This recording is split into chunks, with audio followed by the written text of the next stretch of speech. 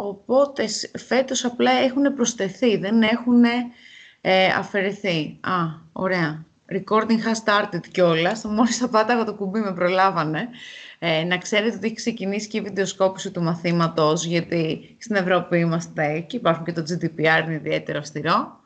Λοιπόν, σας καλωσορίζω λοιπόν και πάλι στο μάθημα το δικό μου προσωπική ανάπτυξη και ηγεσία ομάδας. Για όσους δεν με είχατε γνωρίσει στο Open Day που είχαμε κάνει για το HR, εγώ είμαι η Ιασμίνη Ραφιά. Ασχολούμαι 17 χρόνια, 18 φέτος, στον τουριστικό τομέα. Έχω μια συγκεκριμένη εξειδίκευση πάνω, το μεταπτυχιακό μου είναι στην Generation Z και τις τουριστικές καταναλωτικές της συνήθειες. Οι σπουδές μου έχουν επίσης και περικλίνουν και μια παιδαγωγική επάρκεια πάνω στην ψυχοπαιδαγωγική των οικονομικών επιστημών, ώστε να μπορώ να διδάσκω και εγώ τα tasks τα οποία θα συζητήσουμε όλοι μαζί σήμερα.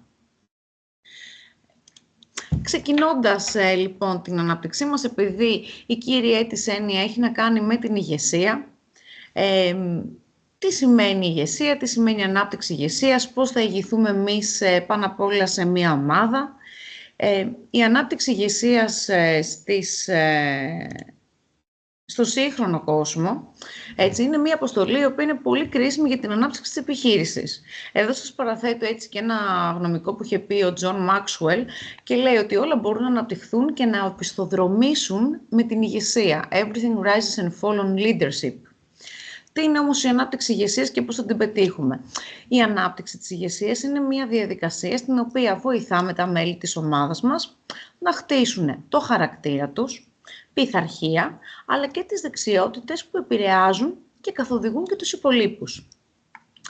Ένας ηγέτης δημιουργείται, δεν γεννιέται. Αυτό θα το δούμε παρακάτω σε κάποια ιστορικά στοιχεία τα οποία θέλω να σας δώσω για να ξέρετε for your own knowledge. Στο σύγχρονο κόσμο η ανάπτυξη ηγεσίας είναι εξαιρετικά σημαντική, γιατί όλοι θέλουν να επενδύσουν σε ηγέτες οι οποίοι υπηρετούν το όραμα της επιχείρησης με ενότητα αλλά και ακεραιότητα, ώστε να υπάρχουν τα διάφορα ωφέλη που έχει να προσφέρει ο εργαζόμενος. Όταν η ανάπτυξη ηγεσίας γίνεται προτεραιότητα σε μία επιχείρηση, είναι περισσότερο πιθανό να υπάρχουν κίνητρα πάνω απ' όλα για εξέλιξη στα κορυφαία στελέχη της εταιρείας, γιατί ένα πολύ σημαντικό trend ούτως ή άλλως πια στο σύγχρονο HR είναι το L&D, Learning and Development, διαρκώς εξελισσόμαστε. Δίνεται περισσότερο προσοχή στους loyal πελάτες που έχουμε, και εννοείται ότι αυξάνονται τα περιθώρια για καινοτομία και υπάρχει αρκετός χρόνος για να διαχειριστούμε μεγάλες αλλαγές, αλλά παράλληλα με την επαγγελματική ζωή η ηγεσία μας δίνει και το περιθώριο να απολαμβάνουμε και τη ζωή μας και εκτός εργασίας. Αυτά ήταν κάποια από τα, ας το πούμε, προτερήματα. Από την άλλη, όταν δεν υπάρχουν όμως ευκαιρίες για ανάπτυξη της ηγεσίας, οι διεργασίες της επιχείρησης δεν μπορούν να λειτουργήσουν και ιδιαίτερα σωστά. Οι ομάδες στερούνται σωστής διοίκησης. Πολλά μέλη της επιχείρησης βλέπουμε να την εγκαταλείπουμε. Δεν υπάρχει σωστή εξυπηρέτηση πελατών. Δεν υπάρχουν, το πιο σημαντικό, νέες ιδέες. Για αυτές θα μιλήσουμε σήμερα, για το πώς γεννάμε ιδέες. All in all, αν θέλετε εσείς να έχετε μια κουλτούρα ευημερίας στην επιχείρησή σας και να την αναπτύξετε ακόμα περισσότερο, πρέπει να έχουμε ηγέτες στις ομάδες μας, ανθρώπους που να παρακινούν τους άλλους πάντα θετικά. Γιατί μου στέλνουν κάποια μηνύματα για τη σύνδεση. Okay. Σε αυτό το σημείο θέλω να σας ρωτήσω, μέχρι στιγμής τα 3 slides τα βλέπετε όλοι? Για να προχωρήσω. Ναι. Ναι, φαίνονται κανονικά. Ωραία, τέλεια, μια χαρά. Εγώ δεν τα βλέπω. Τι πρέπει να πατήσω και δεν βλέπω? Δεν ξέρω πρέπει να πατήσεις κάτι, γιατί εγώ τα έχω και παίζουν κανονικά. Και εγώ δεν βλέπω, μόνο το Maxwell βλέπω. Ναι, δεν το έχω προχωρήσει. Αν βλέπετε το Maxwell, είσαι σωστά. Εντάξει. Αυτό βλέπετε όλο το τοπίο του με το Maxwell. Εγώ για κάποιο λόγο δεν το βλέπω όμως. Ναι. Μου λέει, δεν είναι δυνατή, λέει, εμφάνιση του περιεχομένου. Για δες τώρα. Βλέπεις κάτι? Όχι, μισό, να βγω να ξαναμπω μήπως και το εμφανίσει. Ωραία. Κάνε μια προσπάθεια. Γιατί το έχω φτιάξει, στα settings δεν έχω πειράξει κάτι από αυτού. Ωραία. Λοιπόν, να προχωρήσουμε. Αυτές είναι οι διδακτικές ενότητες που θα δούμε μαζί. Νούμερο 1 είναι ανάπτυξη επαγγελματικών δεξιοτήτων. 2. Μεγιστοποίηση δυνατοτήτων life and business coaching. 3. Ηγεσία ομάδας. 4. Συναισθηματική νοημοσύνη. Και στο 5ο θα κάνουμε το PDP, όπως σας είχα πει στο Open Day. Αυτός είναι ο επιμερισμός λοιπόν του μαθήματος για τα 3-5 ώρα που θα κάνουμε μαζί. Ξεκινώντας λοιπόν την πρώτη ενότητα στην ανάπτυξη επαγγελματικών δεξιοτήτων, το καταλαβαίνετε ότι γενικά η οικονομία της Ευρωπαϊκής Ένωσης, η οποία μας αφορά πιο άμεσα, εξελίσσεται συνεχώς. Υπάρχει αντίστοιχα η ζήτηση για παραπάνω γνώσεις, παραπάνω δεξιότητες και αλλαγή στη συμπεριφορά μας, γιατί προχωράει και ο χρόνος. Για να ανταποκριθούμε λοιπόν στις νέες απαιτήσεις, πρέπει να είμαστε εξοπλισμένοι με συγκεκριμένες βασικές ικανότητες, όπως είναι ο γραμματισμός, ο αριθμητισμός και ψηφιακές ικανότητες. Για το Green Skills, ιδίως στο HR, έχω ξεχωριστή ενότητα, θα τα πούμε όλα μαζί αναλυτικά σε λίγο.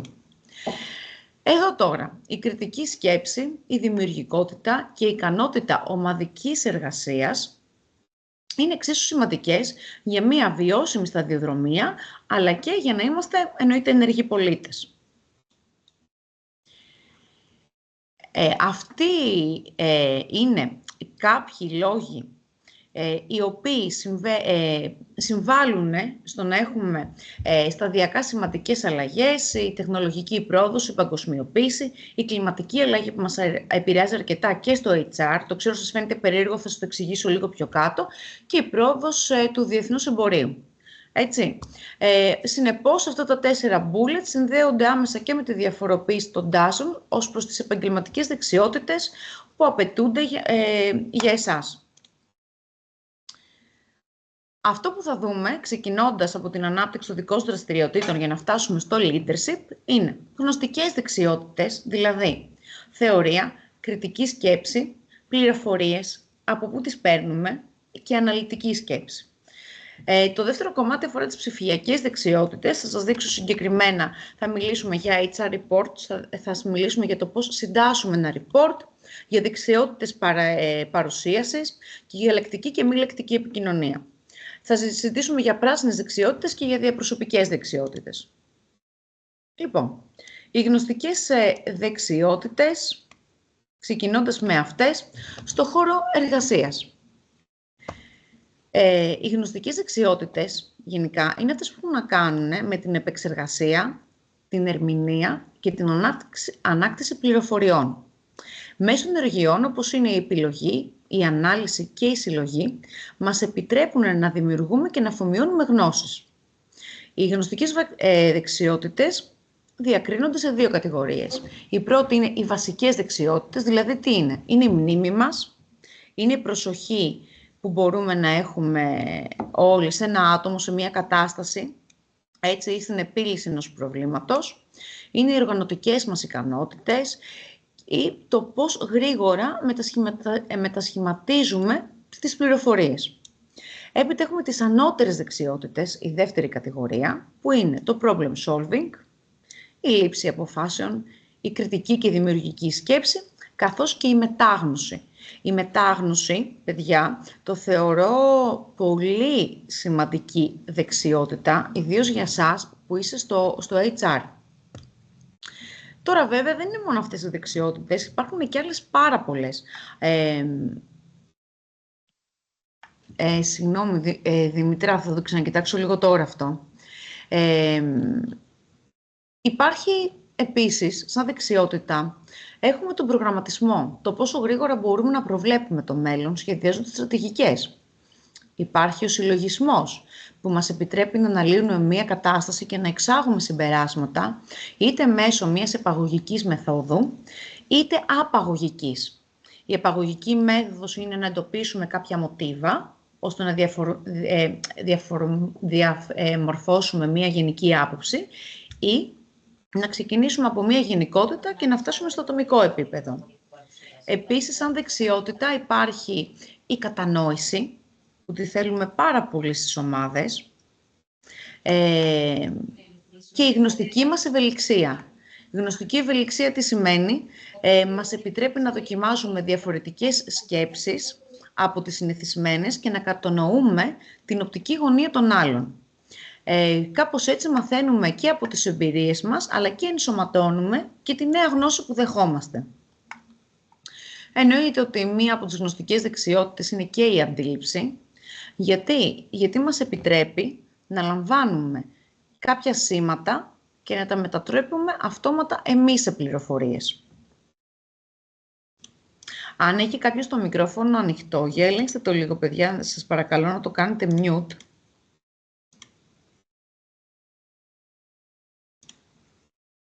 Το βρήκα. Ωραία.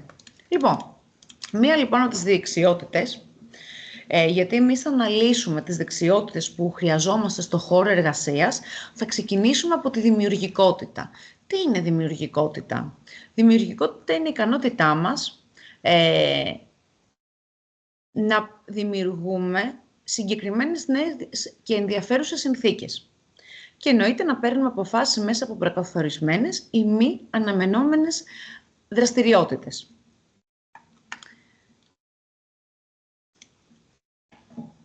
Πώς γινόμαστε όμως δημιουργικοί? Με το να επικοινωνούμε με βάση τις επιλογές μας και τις ανάγκες μας. Με το να ψάχνουμε συνεχώς τα προβλήματα και να τα επιλύουμε.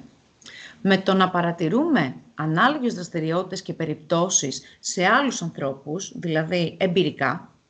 Με το να εμπλεκόμαστε δυναμικά σε κοινωνικές ομάδες και να κοινωνικοποιούμαστε και οι ίδιοι. Με το να μας προσφέρεται πάντα μία δυνατότητα ώστε να εκφραζόμαστε και να δίνουμε λύσεις σε ερωτήματα και προβλήματα. Εννοείται ότι όλα αυτά πρέπει να έχουμε και μία καλή εικόνα και γνώση του κοινωνικού περιβάλλοντος, δηλαδή να ξέρουμε που δουλεύουμε, να ξέρουμε τους συναδέλφους μας, τους προϊστάμενούς μας ή ακόμα να έχουμε και μία κοινωνική γνώση ακόμα και του ανταγωνισμού. Οι άνθρωποι λοιπόν που είναι σε θέση να εκμεταλλεύονται όλες αυτές τις δημιουργικές ικανότητες, είναι σε θέση να σκέφτονται και out of the box. Και είναι οι άνθρωποι οι οποίοι είναι απαραίτητοι για να αναπτύξουν καινοτόμες λύσεις, καθώς και να προκύπτουν προκλήσεις στις οποίες πάντα καλούνται να απαντήσουν. Μία ακόμα γνωστική ικανότητα είναι η προφορική μας έκφραση και η παρουσίασή μας. Πρέπει να έχουμε αναπτυγμένη την ικανότητα να εκφραζόμαστε σωστά προφορικά, να παρουσιάζουμε δεδομένα και κεκτημένα που βασίζονται πάνω σε αυτά που ξέρουμε ήδη, αλλά τι θέλουμε εδώ? Να μπορούμε να τα αποδώσουμε και με έναν ενδιαφέροντα τρόπο. Επίσης, πέρα από αυτές τις βασικές γνωστικές δεξιότητες, θα αναλύσουμε παρακάτω και κάποιους τρόπους επικοινωνίας και παρουσίασης, όπως σας προείπα. Συνεχίζοντας τις γνωστικές δεξιότητες, προχωράμε στη δεξιότητα της ανάλυσης. Πρέπει να έχουμε ικανότητα να αντιλαμβανόμαστε ένα θέμα, ένα γεγονός ή ένα πρόβλημα στην ολότητά του και ταυτόχρονα να μπορούμε να το ερμηνεύσουμε με έναν επεξηγηματικό και δομημένο λόγο. Μετά την ανάλυση έχουμε την ερμηνεία, έτσι. Να αναλύουμε ένα θέμα και ένα γεγονός και ταυτόχρονα να ορίζουμε το πλαίσιο της αποσαφήνισής του. Και εννοείται η ερμηνεία ενός προβλήματος ή ενός γεγονότος πάντα πρέπει να περιέχει και την αναζήτηση στους παράγοντες και τα αίτια που το προκάλεσαν. Μία ακόμα γνωστική δεξιότητα είναι η κρίση. Τι σημαίνει κρίση? Σημαίνει ότι μπορούμε να κρίνουμε. Σημαίνει ότι μπορούμε να ασκήσουμε κριτική. Αλλά αυτή η κρίση πρέπει πάντα να είναι μια τεκμηριωμένη άποψη για την αξία και τη χρησιμότητα της άποψής μας πάνω απ' όλα, αλλά ακόμα και για το αληθές ορισμένων γεγονότων. Δηλαδή πρέπει να ξέρουμε να είμαστε κριτικοί απέναντι στο κάτι, αν είναι αλήθεια ή ένα ψέμα. Παραδείγματος χάρη, τα πηγαδάκια της δουλειάς. Μ' αρέσει πάρα πολύ αυτή η λέξη, θα τη ζητήσουμε και πιο κάτω, και το πώς μπορεί να συμβάλλουν στην ομαδικότητα. Στο χώρο εργασίας, το να έχουμε καλές δεξιότητες κρίσης σημαίνει ότι ξέρουμε πώς να λαμβάνουμε γενικά αποφάσεις με λογικό τρόπο. Για να σας το εξηγήσω λίγο περισσότερο, τι σημαίνει κρίση? Να είμαστε καλά προετοιμασμένοι, να σκεφτόμαστε ένα βήμα παραπάνω, αλλά και να χρησιμοποιούμε σωστά τις γνώσεις που έχουμε, ώστε να πάρουμε σωστές αποφάσεις.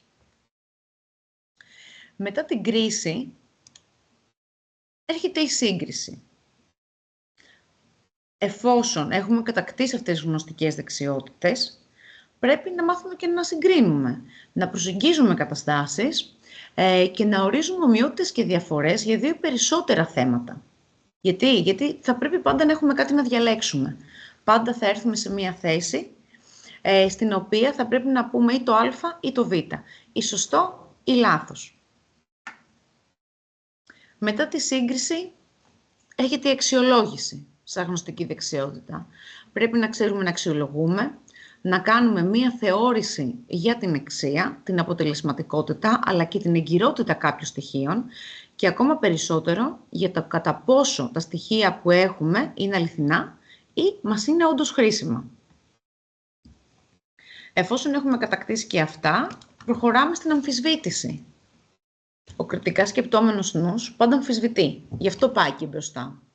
Γιατί πρέπει να ξέρουμε να ελέγχουμε την εγκυρότητα, εννοείται ακόμα και ως προς τις αξίες της, και πάντα δεν δεχόμαστε εκ προημίου κάτι ως σωστό, αποτελεσματικό, είναι κάτι γενικά αποδεκτό. Δηλαδή, επειδή το λένε όλοι, δεν σημαίνει ότι πρέπει να το ενστερνιστούμε και εμείς. Έπειτα από την αμφισβήτηση, όταν έχεις κρίνει, όταν έχεις συγκρίνει, αξιολογήσει και αμφισβητήσει κάτι, τι πιστεύετε εσείς ότι έρχεται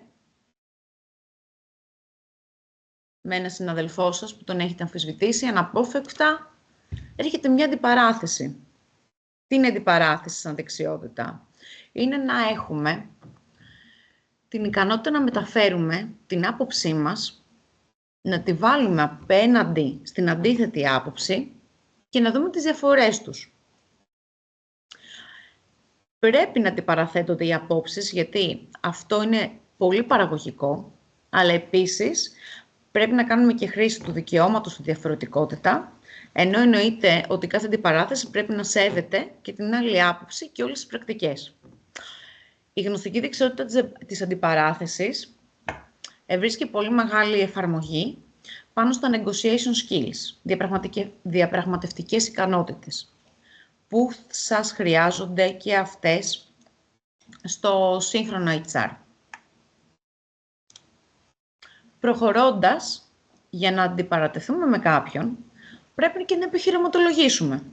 Πρέπει να έχουμε αναπτυγμένη την ικανότητα να επιχειρηματολογούμε και να χρησιμοποιούμε θεωρητικά και πρακτικά παραδείγματα, ούτως έτσι η άποψή μας να είναι ισχυρή. Να μην μπορεί κάποιος να την αντικρούσει ή να είναι σωστά δομημένη και τεκμηριωμένη. Παρακάτω, έχουμε την επίλυση προβλημάτων. Πρέπει να επιλύουμε προβλήματα και να δίνουμε άμεσες λύσεις και εννοείται να λειτουργούμε γρήγορα και αποτελεσματικά.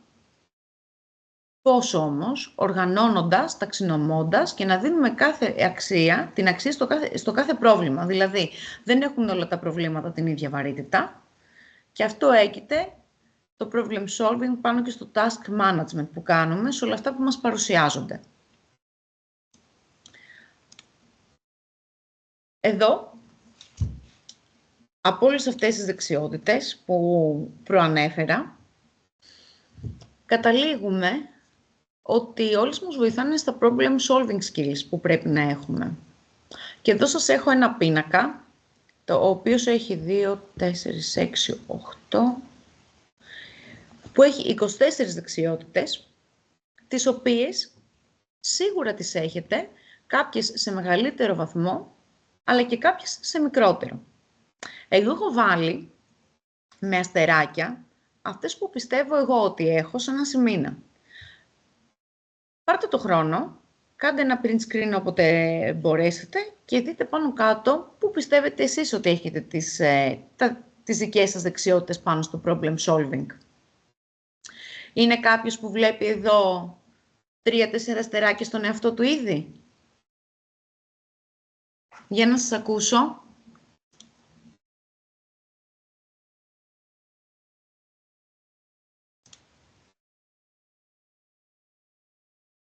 Δημήτρη.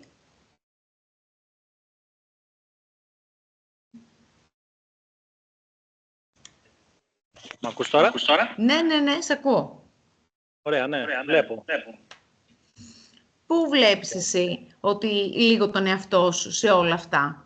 Communication. Ναι. Decision making. Mm-hmm. Flexibility. Ναι. Initiative. Initiative, πολύ ωραία. Mm-hmm. Time management. Ναι. Και prioritization. Οκ, πολύ καλά. Πολύ καλά. Κάποιος άλλος?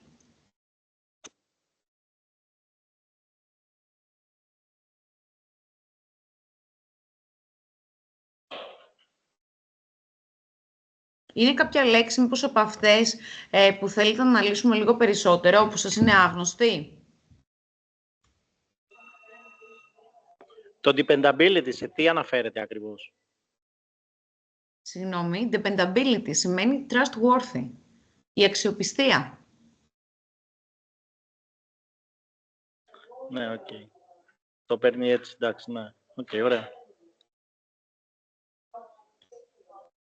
Εγώ, παραδείγματος χάρη, έχω αφήσει, θα σας πω γιατί έχω αφήσει έξω κάτι. Έχω αφήσει απ' έξω το honesty. Δεν μπορείς να είσαι σε όλες τις καταστάσεις πάντα ειλικρινής. Υπάρχουν και τα little white lies που θέλουν και λίγο διπλωματία. Έτσι. Έχω αφήσει απ' έξω τον data analysis, γιατί δεν είμαι τόσο καλή στους αριθμούς, μάλλον στην ερμηνεία των data. Τέλος πάντων. Νομίζω πάνω κάτω, συγγνώμη, σε διάκοψα, νομίζω πάνω κάτω τα κάνουμε τα περισσότερα, απλά να δούμε πού είναι τα δυνατά μας σημεία. Κάνει έτοιμα και δεν μου τον εμφανίζει. Είναι λίγο food for thought. Είναι λίγο food for thought ο πίνακας ο συγκεκριμένος. Ελένη, δεν σου βγάζει το slide πάλι?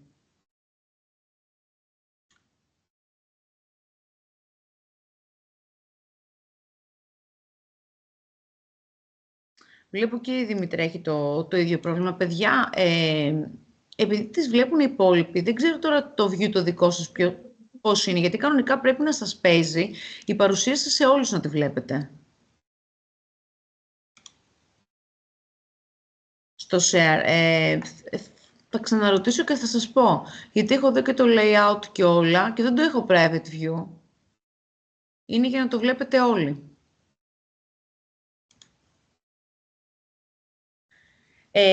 Για όσους δεν βλέπουν τα slides, να ξέρετε ότι αυτά τους ή άλλως θα ανεβούν στις σημειώσεις του μαθήματος, όπως σας είχα πει το πώς θα φτιάξουν. Τα βλέπεις από το κινητό. Okay. Θα τα δείτε όλα κανονικά και από τα slides του μαθήματος που θα ανεβάσω στη θεωρία. Λοιπόν, παιδιά, να κλείσω εδώ πέρα λίγο με τον πίνακα. Σας είπα, πάρτε το χρόνο σας, δείτε το λίγο. Έλα, Αλέξανδρε. Ναι.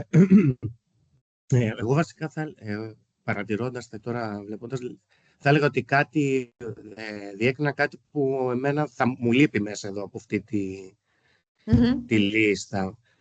Για παράδειγμα, το critical thinking, δηλαδή η κριτική σκέψη. Δεν ξέρω αν την λέμε με κάποια άλλη ορολογία.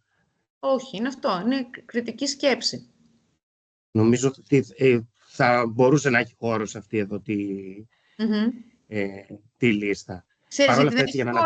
Ξέρεις γιατί δεν έχει χώρο στη λίστα? Έχει χώρο, έχει ένα στεράκι. Γιατί μου έδωσες ωραία πάσα αυτή τη στιγμή? Γιατί από όλες αυτές τις γνωστικές δεξιότητες, εκεί καταλήγουμε. Αυτό είναι το επόμενο βήμα. Είναι το critical thinking. Τι κάνουμε με όλες αυτές τις δεξιότητες, έτσι? Η κριτική σκέψη είναι η ανάλυση των γεγονότων για τη διαμόρφωση μιας κρίσης πάνω σε ένα συγκεκριμένο ζήτημα. Έτσι προχωράμε στην κριτική σκέψη, γιατί πάνω απ' όλα κριτική σκέψη σημαίνει σκεπτικιστική θεώρηση και προσεκτική εξέταση οποιοδήποτε ισχυρισμού, καθώς και να απορρίπτουμε οποιοδήποτε είδους προκαταλήψεις. Η κριτική σκέψη είναι λειτουργία, είναι διαδικασία. στην οποία ελέγχουμε αξιοπιστία πληροφοριών και αποφασίζουμε τι θα κάνουμε μέσω του συλλογισμού μας, με όλα τα δυνατά στοιχεία, τα οποία έχουμε εκείνη τη στιγμή στη διάθεσή μας.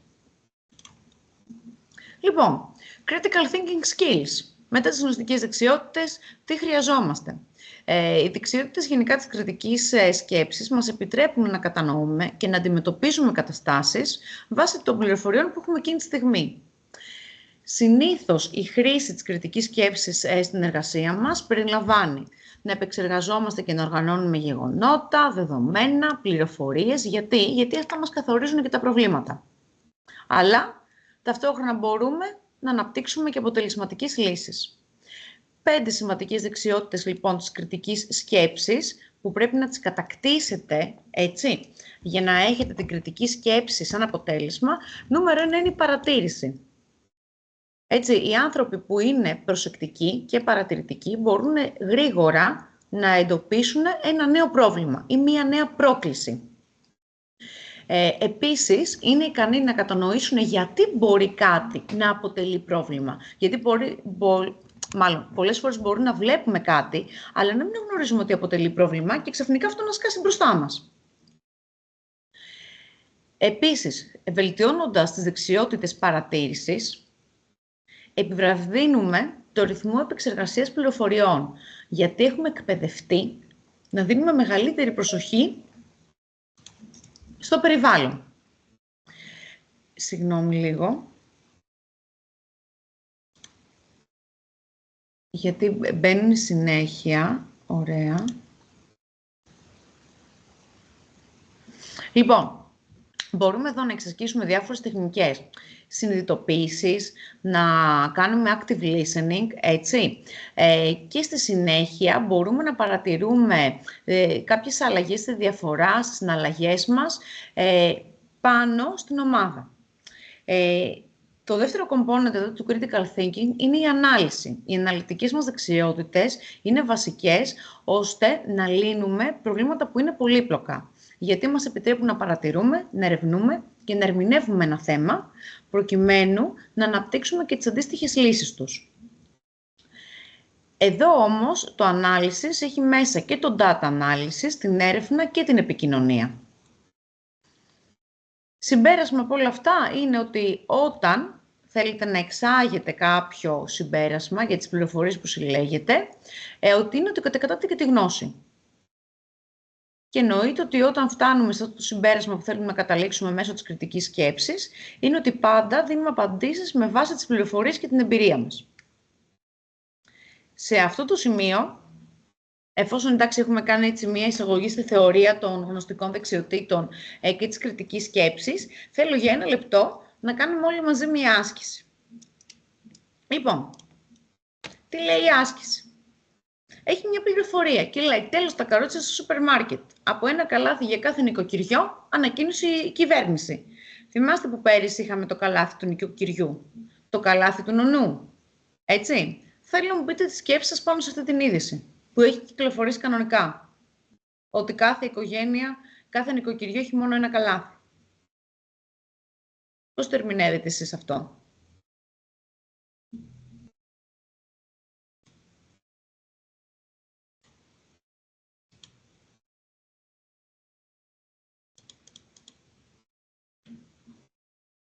Για να σας ακούσω. Ισχύει κάτι τέτοιο? Μπορούμε να ψωνίζουμε μόνο 1 καλάθι? Έλα, Άγγελε. Καλησπέρα. Καλησπέρα. Καταρχήν, σίγουρα το καλάθι του νοικοκυριού δεν έχει να κάνει με αυτή την είδηση, σίγουρα. Αλλά το ζήτημα είναι ποιο? Ότι έτσι, σίγουρα δεν μπορεί να γίνει αυτό το πράγμα. Γιατί το κάθε νοικοκυριό δεν μπορεί να έχει τις ίδιες ανάγκες. Αλλά αν συνέβαινε αυτό, το μόνο που θα κατάφερνε είναι να περιορίσει το κάθε νοικοκυριό να ψωνίζει μόνο τα απολύτως απαραίτητα. Δηλαδή, αντί να πηγαίνεις στο σούπερ μάρκετ, να βλέπεις και να παίρνεις αυτό που θέλεις, είτε είναι απαραίτητο είτε δεν είναι, να σου γεννηθούν δηλαδή και νέες ανάγκες, θα σε περιορίσει στο να αρκεστείς μόνο στα απολύτως απαραίτητα που θα χωράνε μέσα στο καλάθι σου. Πολύ ωραία ερμηνεία πάντως. Το πήγε σε ένα βήμα πιο πέρα. Έλα, Διονύση. Έτσι μου βγήκε. Ναι. Πολύ ωραία, πολύ ωραία. Έλα, Διονύση. Εγώ αυτό το ότι ερμηνεύουμε ότι έχουμε μόνο ένα καλάθι, Ναι. σκέφτομαι, άρα θα πρέπει να μπορούμε ένα καλάθι την ημέρα, να φανταστώ. Ένα καλάθι την ημέρα. Ναι, άρα θα βγάζουμε μία λίστα για το τι θα φάμε εκείνη την ημέρα. Ναι. Και θα παίρνουμε ακριβώς αυτά τα πράγματα και ίσα-ίσα να γεμίσει αυτό το καλάθι. Πολύ ωραία. Δώστε μου τώρα μισό λεπτό. Πολύ μου άρεσε που το ερμηνεύσατε, με τη μία που το διαβάσατε. Να δούμε τώρα ολόκληρη την είδηση. Η είδηση ήταν αυτή, με τη συγκεκριμένη την εκφώνηση, ότι από Τετάρτη 2 Νοέμβρη, η νέα πρωτοβουλία της κυβέρνησης για το σούπερ μάρκετ το καλάθι του νοικοκυριού την ανακοίνωσε ο αρμόδιος Υπουργός Άδωνης Γεωργιάδης. Όπως προβλέπετε, υπήρχε ένα πιστοποιημένο καλάθι ένα νοικοκυριό, για το οποίο θα ελέγχονται στην είσοδο με την επίδειξη πιστοποιητικού και οικογενειακής κατάστασης. Έτσι. Το κάθε νοικοκυριό μπορεί να πάρει το καλάθι του μετά από αίτηση στην ειδική ηλεκτρονική πλατφόρμα του ή καταναλωτή ή με μήνυμα ηλεκτρονικού ταχυδρομείου. Και έχει και το παραθέτη, το βλέπετε και στο slide. Για πείτε μου τώρα που διαβάζετε ολόκληρη την είδηση. True or false? Αλήθεια ή ψέμα είναι αυτή η είδηση? Γεια, έλα, Αλέξανδρε. Να σε ακούσω.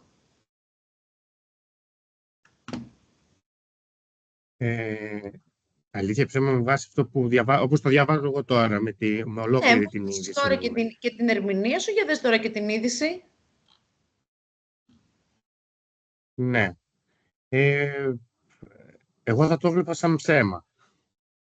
Σε ψέμα. Ναι, θα το ερμήνευα σαν ψέμα. Σε ψέμα, έτσι. Ωραία. Ναι, αλλά Γιατί... σαν είδηση όμως είναι και αρκετά καλογραμμένη. Δηλαδή είναι μία είδηση. Σωστό. Ναι, είναι καλογραμμένη. Απλά θα το εκλάβανα σαν ψέμα, γιατί κάτι τέτοιο δεν μπορεί να γίνει απλά με μια απλή ανακοίνωση, μια απλή πρωτοβουλία που θα γίνει μέσα σε μια ημέρα. Θα πρέπει να υπάρχουν κάποιες συνθήκες, εξωγενείς συνθήκες. Δηλαδή, παράδειγμα, μπορεί να έχουμε πόλεμο. Αν είχαμε πόλεμο, ναι, είναι πολύ πιθανό να γίνει κάτι. Δηλαδή, πρέπει να δούμε πώς θα το εκλάβανα ανάλογα για τους εξωτερικούς παράγοντες. Αν υπήρχε πόλεμος, αν υπήρχε πανδημία, αν υπήρχε κάτι το οτιδήποτε τέτοιο. Σε μια κανονικότητα, αυτό εδώ πέρα θα είναι ένα ψέμα και θα... Σε ένα πόλεμο θα έκρινα και το site που το δημοσιεύει, αν είναι αξιόπιστο ή όχι, για να το πάρω στα σοβαρά. Του νοικοκυριού. Ωραία. Οπότε για σένα είναι λάθος. Κάποιος άλλος που έχει σηκώσει χέρι, για να δω. Ο Γιώργος. Ναι. Έλα, Γιώργο. Ναι. Θα μπορούσε, και εγώ το θεωρώ, να πω την αλήθεια, ψέμα, αλλά θα μπορούσε βέβαια να είναι και αληθινό υπό κάποιες προϋποθέσεις. Αν η συγκεκριμένη ανακοίνωση είχε και κάποιο fake της κυβέρνησης, αν έλεγε ότι κάποια νοικοκυριά ήταν, ας πούμε, ξέρω εγώ, σε μια περίοδο οικονομικής κρίσης και κάποια νοικοκυριά θα έπρεπε να έχουν κάποιες συγκεκριμένες προϋποθέσεις για να μπορέσουν να προμηθευτούν αυτό το καλάθι νοικοκυριού, αν και εφόσον θα ισχύει. Προφανώς θα θέτανε κάποια χαρτιά με την οικογενειακή τους κατάσταση και θα βλέπανε αν πληρούν τις προϋποθέσεις για να μπορέσουν να πάρουν αυτό το καλάθι. Ωραία, μια χαρά. Και πιο τεκμηριωμένα κιόλας. Ωραία, τέλεια, παιδιά. Λοιπόν, οπότε έχω εντάξει ότι είναι λάθος η συγκεκριμένη είδηση, αλλά ήταν, παιδιά, τόσο καλή, τόσο καλογραμμένη και πιστευτή, που είχε να παραχθεί στο ράδιο και είναι fake news. Είναι κουλούρι. Το ξέρετε το κουλούρι? Είναι μια σελίδα η οποία έχει μόνο ψεύτικες ειδήσεις. Κουλούρι. Όπως είναι το βατράχι. Εντάξει, ο σκοπός είναι ότι μετά από όλες τις γνωστικές δεξιότητες που είπαμε, που καταλήγουν στο critical thinking, είδατε ότι πρέπει να φιλτράρετε, εννοείται, πάντα τα fake news και να χρησιμοποιείτε την κριτική σκέψη, ότι το αμφισβητήσατε, γιατί ότι ναι, μεν η είδηση είναι καλογραμμένη και σωστή, αλλά μας λείπει ένα fake.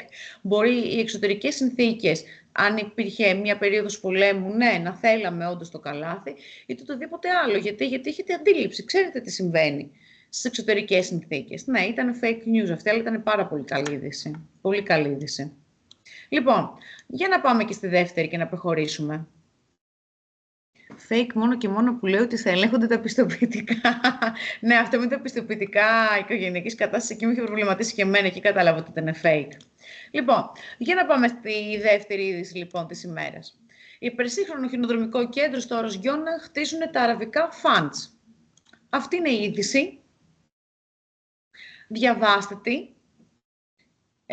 Σας δίνω 2 λεπτά για να τη διαβάσετε και να μου πείτε τις σκέψεις σας πάνω σε αυτή πάλι, αν είναι αληθινή ή αν είναι ψεύτικη. Έχει πάρα πολλά στοιχεία συγκεκριμένα μέσα και θέλω να μου πείτε ποια θεωρείτε σωστά και ποια λάθος.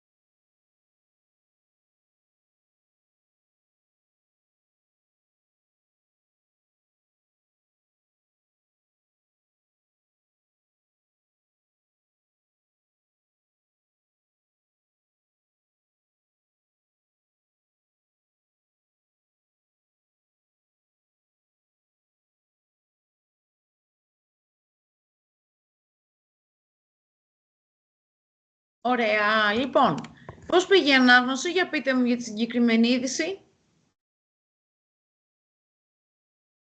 Βλέπω την έχετε διαβάσει όλοι με μεγάλη περιέργεια. Για να σας ακούσω τις σκέψεις σας πάνω σε αυτό. True or false?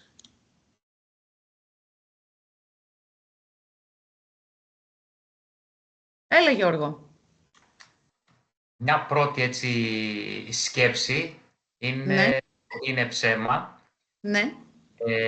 Με το σκεπτικό ότι ναι μεν το ski Dubai, ok, αλλά εκεί απευθυνόμαστε σε κοινό το οποίο έχει μια οικονομική άνεση.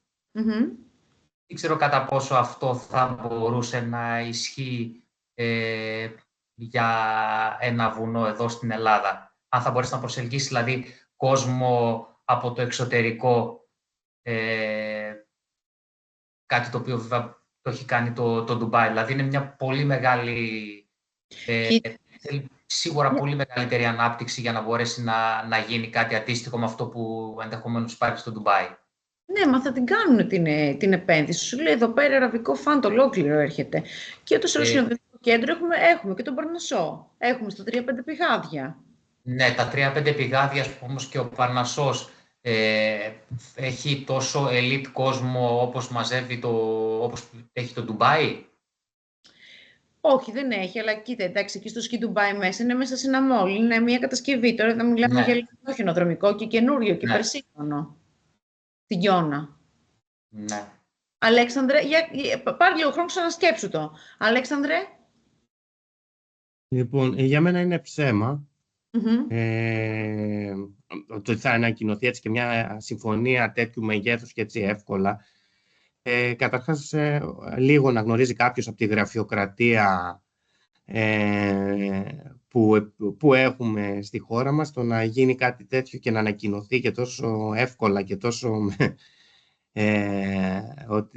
εύκολα θα γίνει και με τόση λεπτομέρεια, που μάλιστα να λέει και για περιοχές, είναι κάτι πολύ δύσκολο να σκεφτεί κάποιος τα προβλήματα που μπορεί να αντιμετωπίσει ένα τόσο μεγάλο έργο με τη γραφειοκρατία που επικρατεί στην Ελλάδα. Εδώ ολόκληρη η Microsoft και παλεύει ακόμα να κάνει μια πολύ μεγάλη επένδυση στη χώρα μας εδώ και κάποια χρόνια. Λοιπόν, οπότε γνωρίζοντας αυτή την κατάσταση, το πόσο εύκολες είναι αυτές οι επενδύσεις πόσο δύσκολο είναι να γίνουν τέτοιες επενδύσεις στη χώρα μας, θα έλεγα ότι είναι ψέμα. Οκ, δηλαδή εσύ, επειδή εντάξει, βλέπω έχεις κάνει και ένα άτυπο SWOT ανάλυσης στο μυαλό σου, σε εμποδίζει το πολιτικό και το νομικό περιβάλλον που υπάρχει γύρω από αυτό για να προχωρήσουμε σε αυτή την επένδυση. Ωραία, μια χαρά. Συγγνώμη, Δημήτρη. Για να σε ακούσω. Κοίτα, είναι πολύ καλογραμμένο. Δηλαδή θα μπορούσε άνετα να το πιστέψει κάποιος. Τώρα εντάξει, εγώ θα στο χαλάσω, συγγνώμη, επειδή παρακολουθώ Κουλούρη. Φαίνεται ότι είναι ψέμα, αλλά φαίνεται από συγκεκριμένα πράγματα. Δηλαδή λέει ότι η μελέτη θα γίνει και μετά από κάτω λέει πολύ συγκεκριμένα πράγματα. Δηλαδή πόσοι αναβατήρες θα έρθουν, πόσα θα υπάρχουν, πόσοι σειρώμενοι θα είναι, πόσοι θα είναι ένα αέρι, πόσα τελεφερίκ θα έχει. Ενώ ουσιαστικά πιο πάνω σου λέει ότι η μελέτη ακόμα δεν έχει γίνει. Θα γίνει. Εσύ βρήκες την αστοχία στη σύνταξη. Ναι, είναι. Εντάξει, δηλαδή όχι, το βλέπεις από κάποια τέτοια πράγματα ότι ξέρεις κάτι, είναι αφαιρέγγιο αυτό. Αλλά εντάξει, επειδή και παρακολουθώ, θυμάμαι ότι είχε γίνει και θέμα τότε και βρίζανε σε site ότι είναι απαράδεκτο να γίνει τέτοιο πράγμα. Θυμάμαι είχε ξεσηκωθεί πολλοί κόσμος. Ναι, θα το δούμε. Θα το δούμε. Διονύση, για πες μου εσύ. Και εμένα ψεύτικο μου φαίνεται, αλλά για άλλους λόγους. Πρώτον, γιατί μια εταιρεία στη Σαουδική Αραβία, αυτοί συνήθως ασχολούνται με πετρέλαια και άλλα πράγματα. Δεν νομίζω ότι θα επενδύσουν στην Ελλαδίτσα κάτι τέτοιο. Συν ότι το αγοραστικό κοινό της Ελλάδας δεν μπορεί να το απεξέλθει κάτι τέτοιο, γιατί φαντάζομαι ότι θα είναι κάτι πολύ ακριβό για να πέσουν τόσο πολλά χρήματα. Οπότε όχι, και εκεί που είναι. Αυτό κατά κύριο λόγο. Δηλαδή, δεν έχω ακούσει πουθενά Σαουδάραβες να ασχολούνται με σκι και τα λοιπά. Θα έπρεπε να το ψάξω περισσότερο. Κοίτα, αραβικές επενδύσεις υπάρχουν στη χώρα μας αρκετές και στον κατασκευαστικό τομέα ούτως ή άλλως. Μη σου χτυπάει εκεί. Εντάξει, δεν έχετε πάει εξαιρετικά καλά, γιατί πέρυσι που το έχω βάλει αυτό, παιδιά, ήμασταν 50-50. Συν ότι συνήθως οι κυβερνήσεις πουλάνε τα λιμάνια μας και άλλα εδάφη. Τώρα να πουλήσουν και το... Ωραία, για πούλημα. Γιώνα δεν είναι ωραία. Όλα για πούλημα τα έχουν ούτως ή άλλως, αλλά δεν έχουμε φτάσει μέχρι εκεί. Είμαστε στρατηγικό σημείο για κάτι άλλο της Ευρώπης, όχι για σκι. Δηλαδή να ήταν κάπου πιο ψηλά, ίσως. Εμένα πάντως με έχει κερδίσει η είδηση στο σημείο που λέει ότι θα κάνανε τα 5 τελεφερίκ 4 χιλιόμετρα, Άμφισσα, Γραβιά, Λιδωρίκη, στην Αγία Ευθυμία, για να πηγαίνουν στην Κιώνα, παιδιά. Αυτό θα ήταν φοβερό. Και στα εστιατόρια Καζίνη και στο μικρό οικολογικό χωριό. Μου άρεσε πάρα πολύ. Λοιπόν, για να μην σπαταλάω το χρόνο άδικα, παιδιά, και αυτή η είδηση ήταν fake news από το Κουλούρι. Είχε παίξει πάρα πολύ. Την είχαν πιστέψει πάρα πολύ. Έτσι. Και ήταν τόσο καλή γιατί είχε γίνει και update. Η είδηση αναπαράχθηκε σαν αληθινή στον Αντένα κιόλας τότε και είχαν πάρει συνέντευξη από τους κατοίκους των αντίστοιχων χωριών, από το Δήμαρχο, γιατί περιμένανε όλοι το αραβικό κεφάλαιο για να επενδύσουν και εκείνοι στην Κιώνα. Σας έχω από κάτω και το link. Μπορείτε να πάτε να δείτε μέχρι και το στιγμιότυπο από τη ρεπόρτερ που είχε πάει για το ρεπορτάζ κιόλας. Ο σκοπός μου σε αυτά ήταν έτσι για να κλείσουμε ωραία την εισαγωγή στις γνωστικές δεξιότητες. Είναι ότι οι γνωστικές μας δεξιότητες μας βοηθάνε να φιλτράρουμε όλα τα fake news που καταιγιζόμαστε καθημερινά στον κοινωνικό μας περίγυρο, στο χώρο της εργασίας μας, στα social media. Γιατί κάπως έτσι από αυτά θα αναλύσουμε τώρα την κριτική σκέψη. Έτσι. Γιατί ο κόσμος μας δίνει πάρα πολλές πληροφορίες και η ταξινόμηση του τι είναι πολύτιμο ή του τι είναι θορυβώδες, έτσι, ή μπορεί να είναι κάτι μπερδεμένο, είναι μια πολύ σημαντική ικανότητα για το μέλλον. Αυτό σημαίνει ότι πρέπει να αναλύουμε πάντα, να αξιολογούμε από ιδέες ως ένα project που έχουμε να κάνουμε. Και χρειαζόμαστε δεξιότητες κριτικής συλλογιστικής, γιατί πρέπει να δούμε κατευθείαν, έχει κάτι αξία, είναι κάτι το οποίο δεν πρέπει να προχωρήσω με αυτό.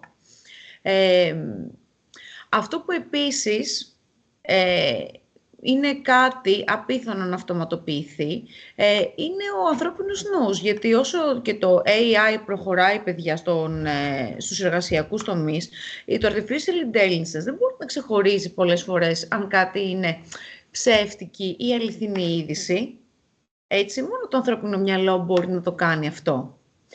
Συνεπώς, η κριτική σκέψη και ανάλυση είναι μια δεξιότητα την οποία οι εργοδότες θα συνεχίσουν να εκτιμούν καθώς προχωράμε σιγά-σιγά τα επόμενα χρόνια και θα έρθει και μια νέα δεκαετία που θα είναι όλα αυτά πιο κοντά μας.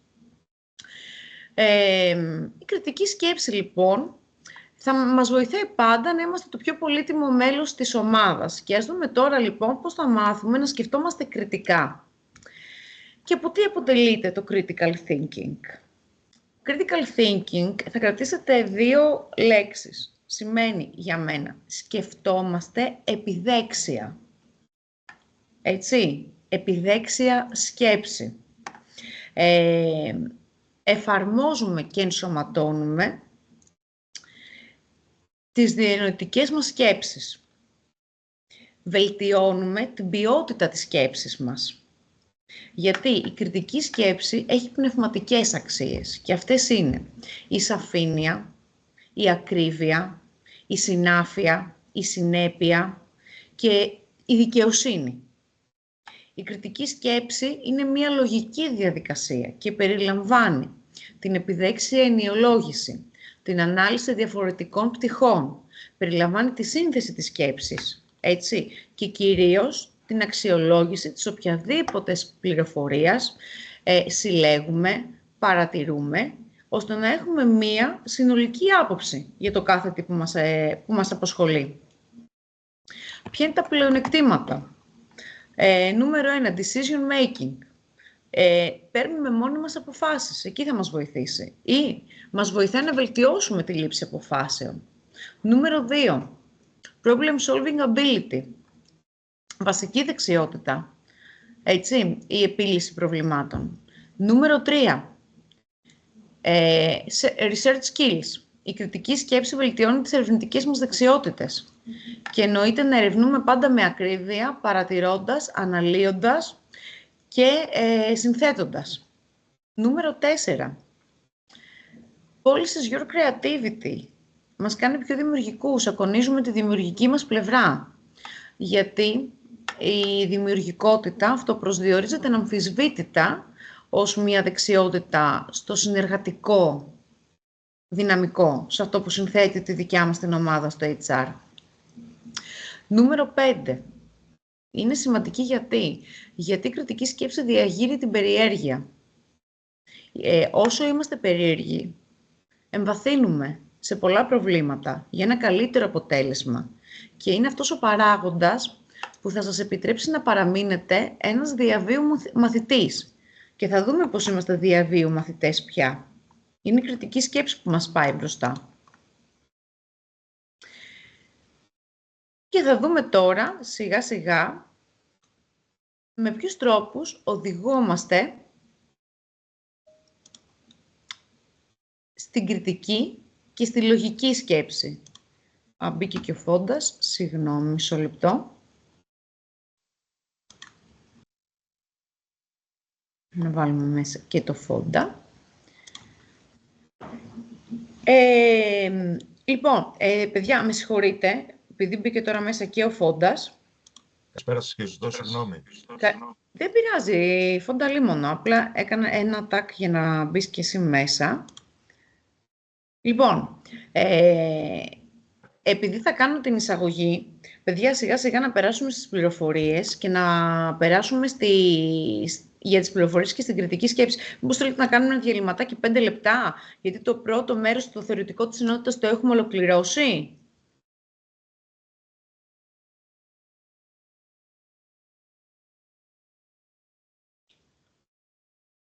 Να το πάρω ναι, να προχωρήσω ή όχι, θέλετε 5 λεπτάκια? Εγώ είμαι εντάξει αν θέλουν να συνεχίσουν και οι υπόλοιποι, δεν έχω πρόβλημα. Ωραία, ωραία. Εγώ εντάξει. Ωραία. Συνεχίζουμε λοιπόν, για να προχωρήσουμε προς την... συγγνώμη, μου ζήσε η κάμερα. Για να προχωρήσουμε λοιπόν προς την αναλυτική και λογική σκέψη. Από τι πηγάζει η κριτική σκέψη? Πηγάζει από τις πληροφορίες. Όπως σας έδωσα τώρα τις δύο τις ειδήσεις με τα fake news, πληροφορίες παντού. Καταιγιζόμαστε από πληροφορίες. Ζούμε στην κοινωνία της πληροφορίας. Αυτή η έννοια, ο ορισμός μου άρεσε πάρα πολύ.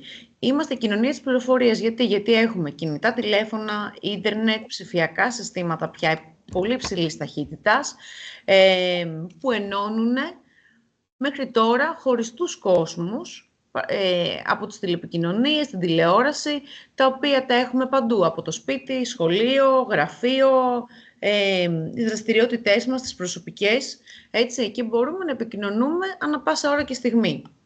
Η κοινωνία της πληροφορίας, τι σημαίνει? Είναι η κοινωνία όπου η δημιουργία, η διανομή, η διάχυση, η χρήση, η ολοκλήρωση και η διαχείριση της πληροφορίας αποτελεί μια πολύ σημαντική οικονομική και πολιτική δραστηριότητα. Υπάρχει ένας όρος που λέγεται η οικονομία της γνώσης. Και τι σημαίνει? Είναι το οικονομικό αντίστοιχο όπου ο πλούτος παράγεται μέσω της οικονομικής εκμετάλλευσης της γνώσης. Γι' αυτό το λόγο και οι πληροφορίες, εφόσον μπορούμε να τις αντιληφθούμε και σαν οικονομικό στοιχείο, γιατί εδώ τη ζυγαριά. Η αξία της πληροφορίας, αν την αξιοποιήσουμε σωστά, τι μας δείχνει αυτό το σχήμα?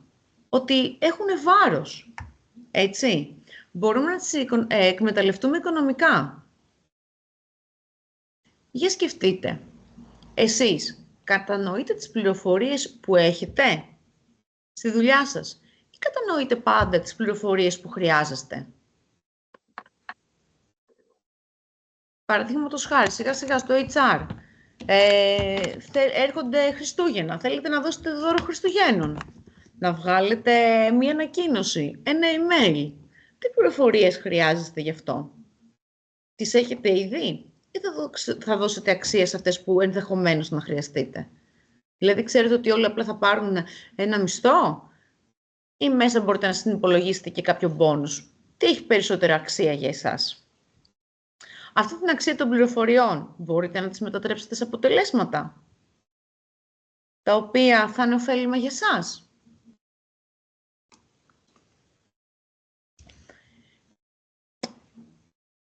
Εδώ, επειδή είμαστε ακόμα λίγο στη θεωρία, μιλάμε για την αξία των πληροφοριών, έτσι. Αλλά τι είναι η πληροφορία? Είναι το ερέθισμα, μια πληροφορία που φτάνει στον εγκέφαλό μας από κάποια από τις αισθήσεις μας. Γιατί είναι αυτά που το απαιτεί η κριτική μας σκέψη. Η σημασία των πληροφοριών και η έξυπνη χρήση τους μπορεί να αποδειχτεί ένας από τους πιο σημαντικούς και αποτελεσματικούς τρόπους και να γίνει ανταγωνιστικό πλεονέκτημα σε μια περίοδο αβεβαιότητας και αλλαγής. Ωστόσο, πολλά στελέχη και κατ' επέκταση και οι εταιρείες δεν διαθέτουν όλα τα απαραίτητα μέσα ώστε να αξιοποιούν τις υπάρχουσες και απαιτούμενες πληροφορίες. Τι σημαίνει διαχείριση πληροφοριών? Έτσι. Η διαχείριση πληροφοριών είναι ότι μπορούμε να μαζέψουμε και να χειριστούμε πληροφορίες από μία ή περισσότερες πηγές. Έτσι. Και τι περιλαμβάνει η λέξη χειρισμός? Τη δομή, την επεξεργασία και την παροχή των πληροφοριών. Τώρα, η διαχείριση πληροφοριών, όπως τη γνωρίζουμε εμείς σήμερα στο εργασιακό μας περιβάλλον, περιλαμβάνει ηλεκτρονικές και φυσικές πληροφορίες. Εδώ η οργανωτική δομή πρέπει να είναι σε θέση να διαχειρίζεται η οργανωτική δομή, δηλαδή εσείς, ο συνάδελφός σας, ο μάνατζέρ σας, να διαχειριζόμαστε τις πληροφορίες ανεξάρτητα από την πηγή την οποία έρχονται. Μπορεί να είναι μια πληροφορία, έτσι να είναι έντυπη, να είναι ένα ηλεκτρονικό έγγραφο, μπορεί να είναι ένα ηχητικό αρχείο, μπορεί να είναι ένα βίντεο. Και εννοείται από ποια κανάλια το έχετε αλλιεύσει αυτή την πληροφορία. Την έχετε ακούσει από ένα συνάδελφο, την έχετε διαβάσει κάπου σε ένα έγκυρο site στο ίντερνετ, την είχατε δει απλώς στα social media. Αυτό που έχουμε πάρα πολύ μεγάλο πρόβλημα πλέον είναι η διασφάλιση της ασφάλειας της πληροφορίας, έτσι, καθώς και των εγγράφων, ώστε να είναι ό,τι έχουμε, ιδίως στο HR, να είναι ακέραια και ασφαλή. Σκεφτείτε κάθε μέρα από αυτές τις πληροφορίες κιόλας πόσο έγγραφα διαχειρίζεστε σε ένα κομμάτι του HR. Διαχειρίζεστε προσωπικά στοιχεία όλων των υπαλλήλων, των συναδέλφων σας, των ανωτέρων σας, οικονομικά στοιχεία, πολύ ευαίσθητα, τα οποία δεν πρέπει να διαφύγουν, και πόσο μεγάλος είναι ο όγκος κιόλας αυτών των δεδομένων μέσα σε μια βάση που μπορεί να τα έχετε. Λοιπόν, για να επανέλθω λοιπόν, πέρα από την επέκταση που κάναμε τώρα έτσι λίγο πάνω στις πληροφορίες, να δούμε ποιες ιδιότητες διασφαλίζουν την ποιότητα της πληροφορίας, το ότι ακούτε και ότι διαβάζετε. Είναι να είναι, εννοείται, έγκυρες, ακριβείς και σαφείς, να είναι έγκαιρες, δηλαδή θέλετε κάτι να το μαθαίνετε, αλλά το μαθαίνετε στην κατάλληλη στιγμή. Ο χρόνος είναι πάρα πολύ σημαντικός. Θέλετε να είναι επίκαιρες, πάντα, δηλαδή να είναι πρόσφατες οι πληροφορίες που χρειάζεστε, να είναι εξειδικευμένες, δηλαδή σας νοιάζει κάτι το οποίο να είναι ένα θέμα το οποίο αφορά το HR. Έτσι. Να έχουν μια αξιόπιστη πηγή, οι πληροφορίες που θέλετε να είναι πλήρεις και εννοείται να έχετε και άμεση πρόσβαση σε αυτές. Εδώ σας έχω έτσι ένα slide. Σαν παράδειγμα, θα το δείτε και στις σημειώσεις, το τι σημαίνει μια πληροφορία. Μια πληροφορία μπορεί να είναι στο κτίριό σας, χτυπάει ο συναγερμός της πυρκαγιάς. Έτσι. Πώς τον ερμηνεύουμε αυτόν, το συναγερμό που ακούμε? Είναι και αυτό μια πληροφορία, είναι ένα μήνυμα. Πάρτε το χρόνο σας, δείτε το λίγο μετά στις σημειώσεις, να το δείτε αναλυτικά, ή μπορείτε να το κάνετε pause στο βίντεο και δείτε πόσα στοιχεία από όλα αυτά θέλετε.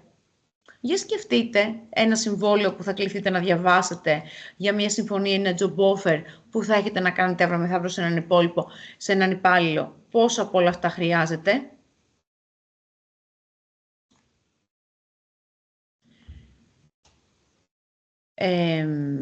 Ποιες ιδιότητες τώρα από αυτές, εννοείται, της πληροφορίας είναι σημαντικές στο χώρο εργασίας? Είναι η δικιά μας η κρίση. Να ξέρουμε ποια πληροφορία είναι σχετική και ποια όχι, ποια μας ενδιαφέρει πραγματικά. Γιατί οι πληροφορίες που παίρνετε θα σας βοηθήσουν στη λήψη αποφάσεων, γιατί αυτοί θα ικανοποιήσουν και τους στόχους τους οποίους έχετε.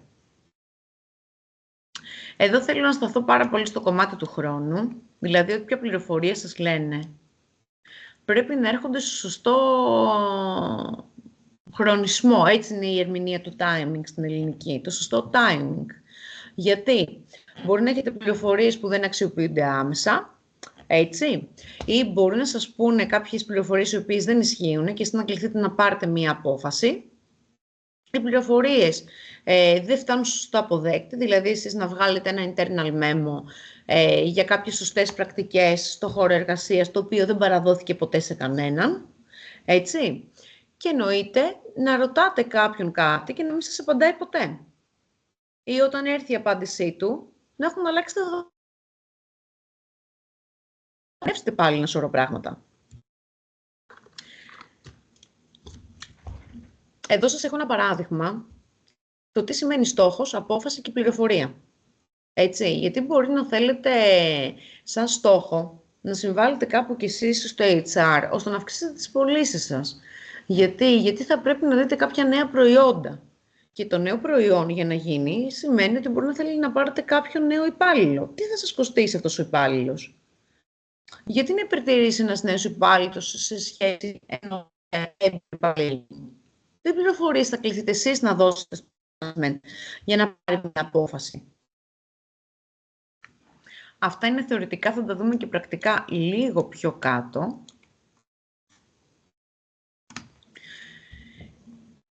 Και θέλω εδώ να δείτε μια πολύ ωραία θεωρία που λέγεται πυραμίδα της γνώσης. Επειδή λοιπόν μαθαίνουμε πάρα πολλά πράγματα, καταιγιζόμαστε, όπως είπαμε, από πληροφορίες, έχουμε εννοείται και την προσωπική μας εμπειρία, οργανωμένα δεδομένα, έτσι. η γνώση, να ξέρετε ότι χτίζεται η εμπειρία σας πάνω σε αυτές τις πληροφορίες που παίρνετε από παντού. Αλλά μεταφέρονται και εύκολα, γιατί μπορείτε να χτίσετε γνώση και από άλλους ανθρώπους. Η πληροφορία, λοιπόν, πάνω στην πυραμίδα της γνώσης, θεωρείται οικονομική δραστηριότητα. Έτσι, γιατί πια όλοι εμπλεκόμαστε στην παραγωγή, στη συλλογή, στην ανταλλαγή, στη διανομή, στη μετάδοση, στην επεξεργασία και στον έλεγχο όλων αυτών των πληροφοριών. Και εδώ στην πυραμίδα, φαντάζομαι ότι κάποιοι, στο επίπεδο που έχετε διαλέξει εδώ πέρα ένα αίσθητο σπουδών που κάνουμε μαζί, σίγουρα μπορείτε να ερμηνεύετε και δεδομένα και να βάζετε πάνω την προσωπική σας αξία και υπεποίθηση, και είστε ήδη εδώ στο τρίτο κομμάτι, παιδιά, να σας το κάνω εδώ και με τον Κέρσορα. Είστε εδώ, είστε στο knowledge, έχετε γνώση και θέλετε αυτή τη γνώση να την εμπλουτίσετε, να την πάτε ένα βήμα παραπέρα. Θέλετε να πάρετε μια παραπάνω επιμόρφωση. Γιατί θα φτάσετε εδώ το επόμενο βήμα, wisdom και expertise. Έτσι, την οποία καλείστε εσείς μέσω του HR να τη δώσετε στους συναδέλφους σας και στους αυτούς που θα είναι στα παραπλήσια τμήματα του HR στην εταιρεία σας. Συνοπτικά, λοιπόν, για το κεφάλαιο που αναλύσαμε τώρα μέχρι στιγμής, για την κριτική σκέψη, για την κοινωνία της πληροφορίας ή για την οικονομία της πληροφορίας, να ξέρετε ότι όλα αυτά σας βοηθάνε πάνω απ' όλα στο decision making και στο problem solving. Έτσι, όσο περισσότερες από αυτές τις δεξιότητες έχουμε, όσο πιο πολύ έχουμε εξασκήσει να φιλτράρουμε τις πληροφορίες που δεχόμαστε και να αμφισβητούμε, η κριτική μας σκέψη θα είναι πάντα καθαρή. Και κάπως έτσι θα μπορούμε να προχωράμε και εμείς περισσότερο στην ηγεσία της ομάδας. Λοιπόν, να δούμε λίγο τώρα, εφόσον έχουμε αναλύσει την αξία της πληροφορίας, την κρίση και τη λήψη αποφάσεων πάνω στην αναλυτική σκέψη. Και τι είναι αναλυτική σκέψη? Έχουμε κατακτήσει, η αναλυτική σκέψη χτίζει και την κριτική σκέψη. Η αναλυτική σκέψη είναι συγκεκριμένος τρόπος που βοηθά την αποτελεσματική συλλογή πληροφοριών για την έβρεση μιας λύσης. Αυτό που σας βοηθάει τι σημαίνει? Να συνδέετε πληροφορίες γεγονότα, να αναγνωρίζετε κατευθείαν έγκυρες πληροφορίες, επίσης σας βοηθάει να αναγνωρίζετε τα λάθη σας ή ακόμα και λάθη που κάνετε στη σκέψη και εννοείται να επιλύετε προβλήματα. Το αναλυτικό σημαίνει ότι έχω ένα πρόβλημα και το σπάω και προχωράω μπροστά.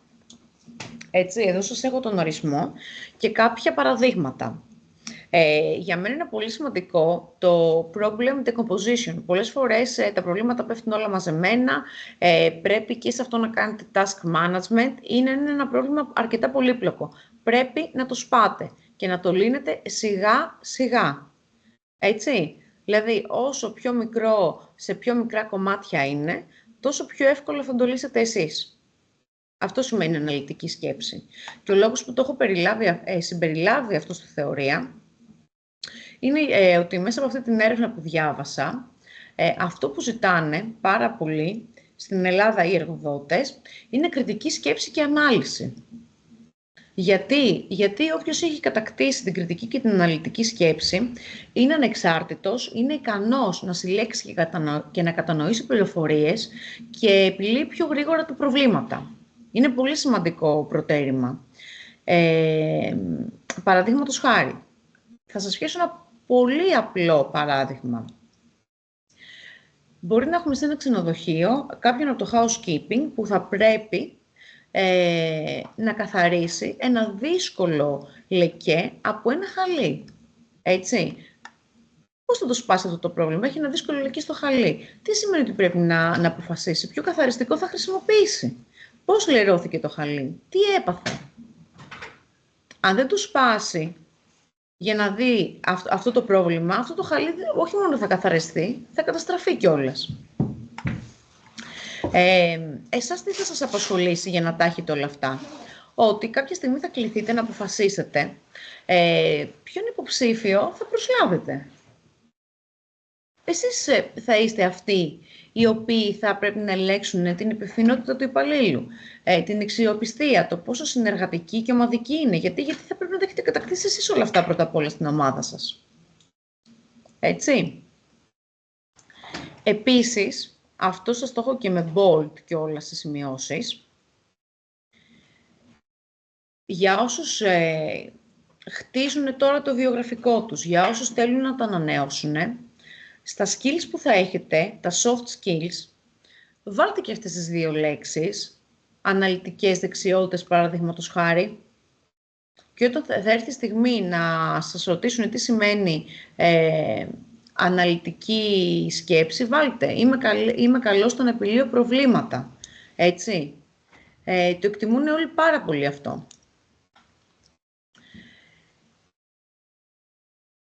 Μπορείτε να το γράψετε επίσης σε μία φράση. Να μην γράψετε απλά αναλυτική δεξιότητα. Μπορείτε να γράψετε, παραδείγματος χάρη, στην προηγούμενη εργασία μου είχαν αναθέσει την επιλογή σωστών υλικών. Μου είχαν αναθέσει την αλήψη σωστών βιογραφικών. Αν δεν έχετε ακόμα κάποια εργασιακή προϋπηρεσία, όλα αυτά, μπορείτε απλά να τα ερμηνεύσετε και να τα γράψετε από κάτω στο βιογραφικό σας, ότι μπορεί να είστε καλοί σε ένα σπορ συγκεκριμένο που θέλει πνευματικές ιδιότητες, όπως είναι το σκάκι. Ότι το σκάκι σας έχει βοηθήσει να αναπτύξετε τις αναλυτικές σας δεξιότητες, που μπορείτε να τις εφαρμόσετε όμως και σε πρακτικές καταστάσεις. Γίνετε λίγο δημιουργικοί με αυτό, θα σας βοηθήσει πάρα πολύ. Αυτό ήταν έτσι ένα inside tip στο μάθημα, γιατί σας έχω εμβόλυμα και άλλα τέτοια να συμπεριλάβετε. Εφόσον συζητάμε για αναλυτική σκέψη, η οποία πηγάζει και συνεχίζει τη διαδικασία λήψης αποφάσεων, δείτε λίγο εδώ αυτό το γράφημα. Τι ωραία μπαίνει ένα πρόβλημα, πώς με την αναλυτική μας σκέψη εμείς μπορούμε να δώσουμε λύσεις, πώς τις αξιολογούμε και στο τέλος μπορούμε να κάνουμε την εφαρμογή μας, αλλά πάντα θέλουμε ένα feedback, έναν έλεγχο για να επαναπροσδιορίσουμε τις αποφάσεις. Εδώ σας έχω βάλει και κάποια template πάνω στη διαδικασία λήψης αποφάσεων ή στο decision making, έτσι, τα οποία μπορεί να παίρνετε συγκεκριμένα δεδομένα, αν είναι σε κάποια από αυτές τις κατηγορίες, αλλά εδώ θέλω να σας βάλω εδώ ένα highlight, λέει εκτιμήσεις και προβλέψεις, απόψεις και γνώμες. Δηλαδή, μπορεί να σας επηρεάζει κάποιο συνάδελφό σας πάνω στην απόφαση που έχετε να πάρετε, έτσι. Ακόμα και αυτό είναι ότι θέλει φιλτράρισμα. Δείτε δίπλα τον κόκκινο τον πίνακα. Έχει πολλούς περιορισμούς.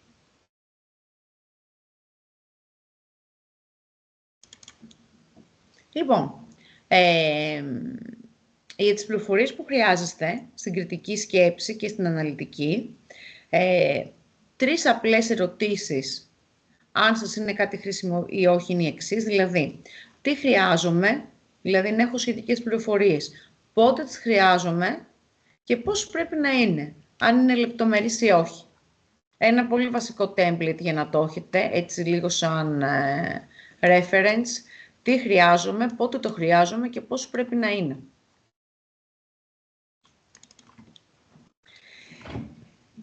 Εδώ σας έχω επίσης από την πολύ ωραία αυτή θεωρία 3 αρχές πάνω στη λήψη αποφάσεων και λέει ότι χρειαζόμαστε πληροφορίες μόνο όταν είναι να ληφθούν αποφάσεις και ότι η ακρίβεια της πληροφορίας απαιτείται να είναι τόση ώστε να επιτρέπει τη λήψη μιας απόφασης.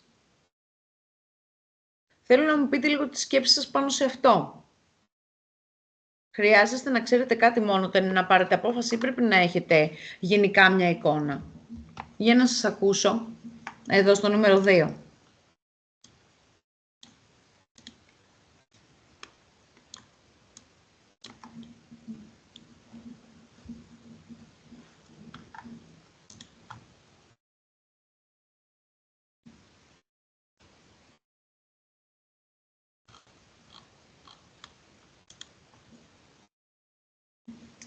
Λοιπόν, ξανακάνω την ερώτηση.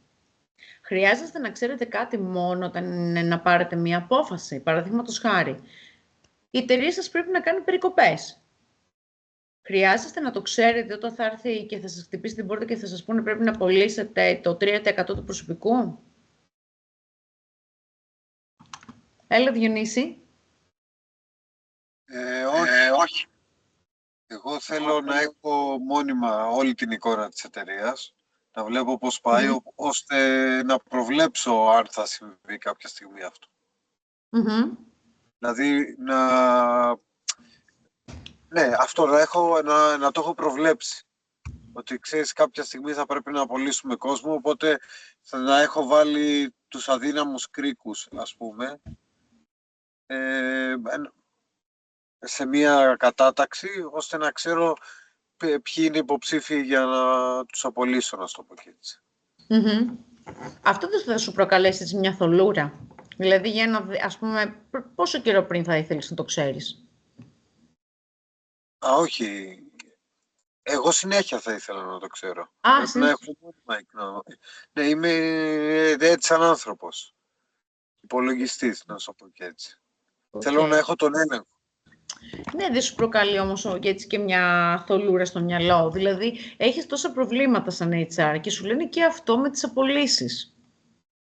Και επίσης να ξέρετε ότι διαχειρίζεστε πάρα πολλές ευαίσθητες πληροφορίες. Δηλαδή, ότι κάποιος θα μπει μέσα ο manager και θα σας πει θέλω το 3% να απολυθεί, είναι μια πληροφορία τόσο ευαίσθητα, πρέπει να την ξέρετε μόνο εσείς. Γιατί δεν μπορείτε σε μια περίοδο απολύσεων να ξεφεύγουν έτσι δεξιά και αριστερά πληροφορίες για να αναστατώνεται ο κόσμος. Γιατί πολλοί μπορούν να οδηγηθούν ότι στο να μην δουλεύουν. Αφού είναι να με απολύσουν, γιατί να δουλέψω? Δεν χρειάζεται να το ξέρουν αυτοί. Χρειάζεται να το ξέρω μόνο εγώ. Οκ. Ωραία. Μια χαρά, παιδιά, είναι απόψεις εδώ. Τώρα είναι συζήτηση αυτή που κάνουμε για να δω κατά πόσο έχετε καταλάβει και έχετε εμπεδώσει τη θεωρία για τις πληροφορίες, έτσι. Δεν υπάρχει σωστό και λάθος. Έλα, Φόντα. Η πληροφορία για μένα είναι και δεν χρειάζεται πάντα όταν πρέπει να ληφθεί απόφαση. Πρέπει να υπάρχει γνώση πολύ από πριν. Συμφωνώ μαζί με τον Διονύση. Για τα πάντα πρέπει να υπάρχει πληροφορία, ακόμα και για την απόλυση. Και επειδή έχω δει πώς το χρησιμοποιούν έναν τρόπο οι Αμερικάνοι όταν χρειάστηκε να απολύσουν κάποια άτομα, γνώριζαν απευθείας, ακόμα και με άτομα τα οποία εδώ στην Ελλάδα θεωρούσαν ότι πρέπει να απολυθούν άμεσα, η τόση πληροφορία που είχαν για τους εργαζόμενους έφεραν τα αντίθετα αποτελέσματα. Άρα για μένα δεν το συζητάω ότι χρειάζεται στο τελικό στάδιο η πληροφορία. Πρέπει να είναι από την αρχή. Από την αρχή και ενδιάμεσα. Οκ. Ωραία. Η Δήμητρα. Καλησπέρα. Ακούω για τη φωνή μου. Να υποθέσω. Μισό λεπτό, γιατί θέμα είναι Είμαστε δύο. Λοιπόν, η Δήμητρα, η Καρά... Συγγνώμη. Δεν πειράζει. Μετά εσύ. Η Δήμητρα ή Καρά, δεν το βλέπω όλο το όνομα. Καρατζά. Η Καρατζά, έλα Δήμητρα. Αυτό που θα ήθελα κι εγώ να καταθέσω είναι το ότι έχει να κάνει με το είδος και τη σημαντικότητα της πληροφορίας, προφανώς. Και φυσικά στο επίπεδο που θα με αφορούσε, θα ήθελα να την έχω κι εγώ όσο πιο σύντομα γίνεται. Για να έχω μια συνολική εικόνα της κατάστασης πάντα, γιατί αυτό θα εξυπηρετούσε στην τελική απόφαση, τέλος πάντων. Ή στο να μπορέσω να διαχειριστώ όλο αυτό και προφανώς να καταλήξω όταν χρειαστεί στην κατάλληλη απόφαση. Άρα, ναι, είναι σημαντικό να την έχω όσο πιο σύντομα γίνεται. Οπότε όλοι μου έχετε βάλει μέσα και τον παράγοντα του χρόνου, που σας είπα, το timing, ο χρονισμός είναι πάρα πολύ σημαντικό στο decision making. Ωραία. Η άλλη Δήμητρα. Ναι, Καλησπέρα. Λοιπόν, και εγώ αυτό πιστεύω ότι πρέπει να έχεις πληροφορίες από πριν, ωστόσο είναι και αυτό που λέτε ότι ο καταιγισμός πληροφοριών στα πάντα από πολύ πριν φέρνει μια σύγχυση. Οπότε, ίσως να ήταν πιο συγκεκριμένες οι πληροφορίες, ας πούμε, άμα έπρεπε να απολύσεις κάποιους υπαλλήλους, θα έπρεπε να ξέρεις ο καθένας τι προσφέρει μέσα σε μια εταιρεία, πόση δουλειά κάνει, αν υπάρχει κάποιος λόγος που τον κρατάει πίσω και δεν προχωρά, ας πούμε, δεν έχει κάποια εξέλιξη, ποιος μένει στάσιμος και τα σχετικά, δηλαδή κάτι πιο βασικά πράγματα, αλλά όχι ένας καταιγισμός πληροφοριών. Ώστε να μπορέσεις να έχεις μια απάντηση όταν θα σου πει ο προϊστάμενος ότι πρέπει να προχωρήσεις σε απόλυση, να έχεις κάποιο επιχείρημα για το ποιον θα απολύσεις. Οκ. Ναι, βλέπεις, εδώ μπαίνει ο Διονύσης, έτσι, και ο Φόντας, θα σκέφτονται τα πράγματα και η Δήμητρα, με βάση τον χρόνο ότι ναι, θέλω να τα ξέρω όλα εκ των προτέρων, γιατί έτσι είμαι, γιατί δεν μπορώ να κληθώ τελευταία στιγμή να πάρω μια απόφαση, αλλά σκεφτείτε και ανθρώπους οι οποίοι, παιδιά, οι άλλοι είναι και λίγο πιο συναισθηματικοί. Δηλαδή δεν θέλουν να έχουν να το σκέφτονται ή να μην μπορούν να διαχειριστούν, να παθαίνουν αυτό που λέμε brain fogging ή κόπωση. Δεν μπορούν να διαχειριστούν και μία συνθήκη απόλυσης μέσα σε όλο αυτό που διαχειρίζονται. Έτσι, και να μην μπορούν να πάρουν μία απόφαση ποιοι θα είναι αυτό το 3%. Είναι οι άλλοι, όπως παραδείγματος χάρη ο Διονύσης, ο Φόντας και η Δήμητρα, να πούνε ναι, 3%, αλλά από ποιο τμήμα το θέλεις το 3%. Ότι δεν μπορούμε να κάψουμε όλους τους υπαλλήλους, παραδείγματος χάρη, στην παραγωγή. Έτσι. Ο Αλέξανδρος, που έχει σηκώσει χέρι. Ναι, εγώ θα ήθελα αρχικά να ξέρω την πληροφορία ποια θα είναι η στρατηγική της εταιρείας το αμέσως επόμενο διάστημα και σε δεύτερο χρόνο την πληροφορία με τον αριθμό του 3% για παράδειγμα, γιατί γνωρίζοντας τη στρατηγική θα μπορούσα να έχω προετοιμαστεί κατάλληλα και αρκετά περισσότερο στο πώς όταν θα μου έρθει αυτό το 3%, το πώς θα το μοιράσω, θα το διαρρυθμίσω ή μπορεί να έχω και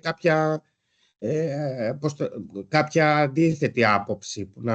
Για παράδειγμα, γνωρίζοντας τη στρατηγική, να γυρίσω να πω ότι παιδιά, ναι, από τη στιγμή που θέλουμε να κάνουμε αυτά τα 1, 2, 3, 4, 5 πράγματα στο μέλλον, δεν είναι εφικτά να γίνουν, παράδειγμα, αν φύγει το 3% των υπαλλήλων της εταιρείας. Άρα ποια δεξιότητα έχεις βάλει εδώ, ποια βασική γνωστική δεξιότητα έχεις?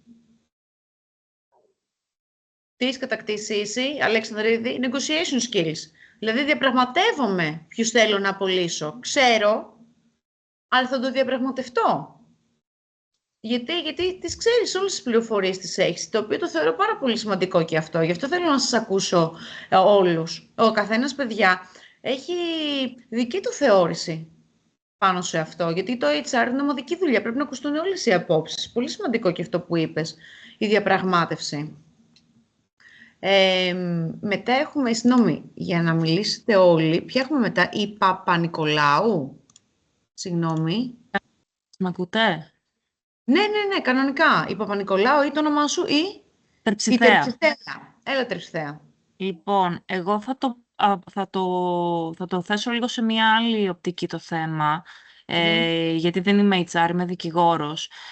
Η πληροφόρηση γενικότερα, το να γνωρίζουμε proactively πολλά πράγματα, μας εξοπλίζει με ένα ανταγωνιστικό πλεονέκτημα. Δηλαδή, για παράδειγμα, είναι πάρα πολύ σημαντικό για εμένα να γνωρίζω τη στιγμή που βγαίνει μια δικαστική απόφαση ή ένας νόμος, ώστε να ενημερώσω τους πελάτες μου, να ενημερώσω και εν δυνάμει και τωρινούς πελάτες και να δημιουργήσω δουλειές στο μέλλον. Είναι πολύ κατά περίπτωση το πότε χρειάζεται μία πληροφορία, αλλά το να ξέρω ότι υπάρχει αυτή η πληροφορία, η φύση της και όχι ακριβώς οι λεπτομέρειές της, είναι σημαντικό για να ξέρω πού θα την αντλήσω στο μέλλον όταν μου χρειαστεί.